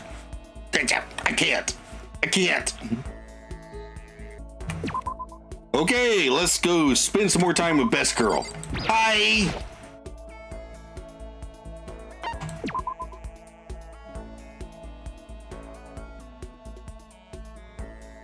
Huh? You mean just the two of us? Yeah. Yeah, okay. I'm a little nervous though. Don't be. I will be a perfect gentleman. Or gentleman. I will be I will be completely chaste. Unless you want me to not be. I spent some time with Chihiro, even though she seemed kind of embarrassed. Chihiro and I grew a little closer today. Yes, definitely give Best Girl a present. Okay, let's see. Okay, I have one of these left. Yay! Oh, it's really amazing. I'll take really good care of it. I'll hold on to it forever. Seeing Chihiro so pleased with something I gave her makes me really happy. Hey, Makoto, you remember your promise? Which one? Huh? Did you forget already? Please don't make that face at me. Oh, that. You promised me that we could talk about you this time. Oh, you really did forget. No, wait, no! Damn it! Makoto! What is wrong with you? Chihiro looked really disappointed with sagging shoulders. She wandered away. That's right, I did promise. She wanted to talk about me this time. I better go after her. Do it! I headed to Chihiro's room. Listen, I just wanted to tell you that I didn't forget about my promise. Of course I remember. So please cheer up, okay? Then we can talk about you today? Sure, I don't mind at all. Yay! Really? Great. Then come in and sit down. I can come in? Yeah, of course. I know what she said, but I'm not sure she should be so quick to let her defenses down like this. Okay, let's go. I want to hear all about you. I'm happy to talk, but what do you want to know? Well, let's start with a question. Yeah? You know? What do you like to do in your spare time? Well, you know, typical teenage boy stuff that I really don't think I should be sharing with you right now. I watch TV, play video games, lay around, if you know what I mean. That's pretty much it. Huh? What about sports? Oh, I don't really play anything. The only time I run anywhere is during gym, or when I'm running late in the morning, or when Mondo is really mad at me. Huh? Really? And you're still so strong? Strong? Me? No. No. I'm pretty much the bottom run of the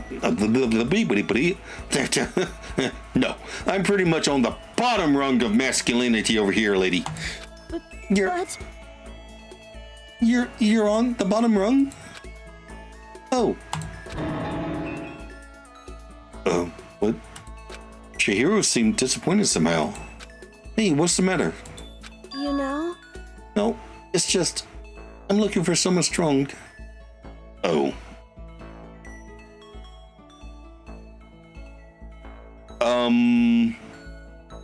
Okay. Well, strongest person I know is Sakura.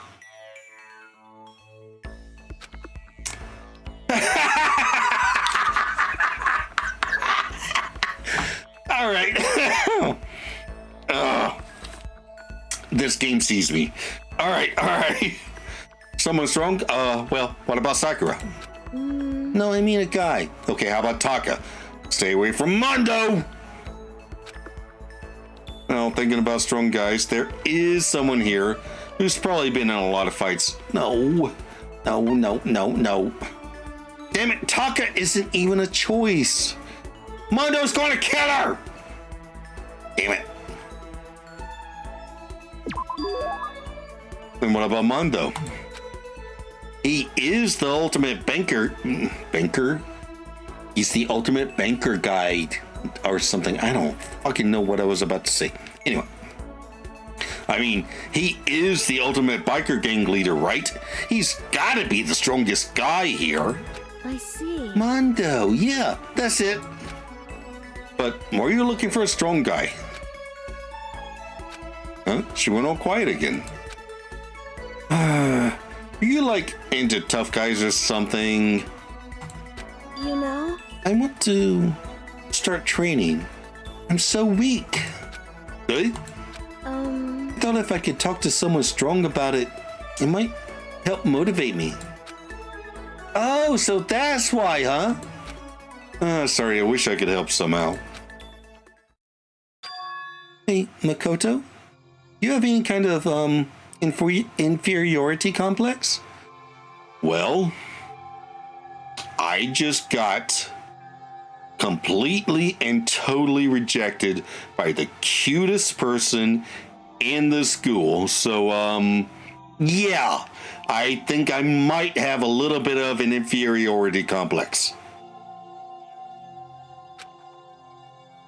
You know, some part of you that you can't stand, something you absolutely hate. I mean, no, not at all. No, I'm fine.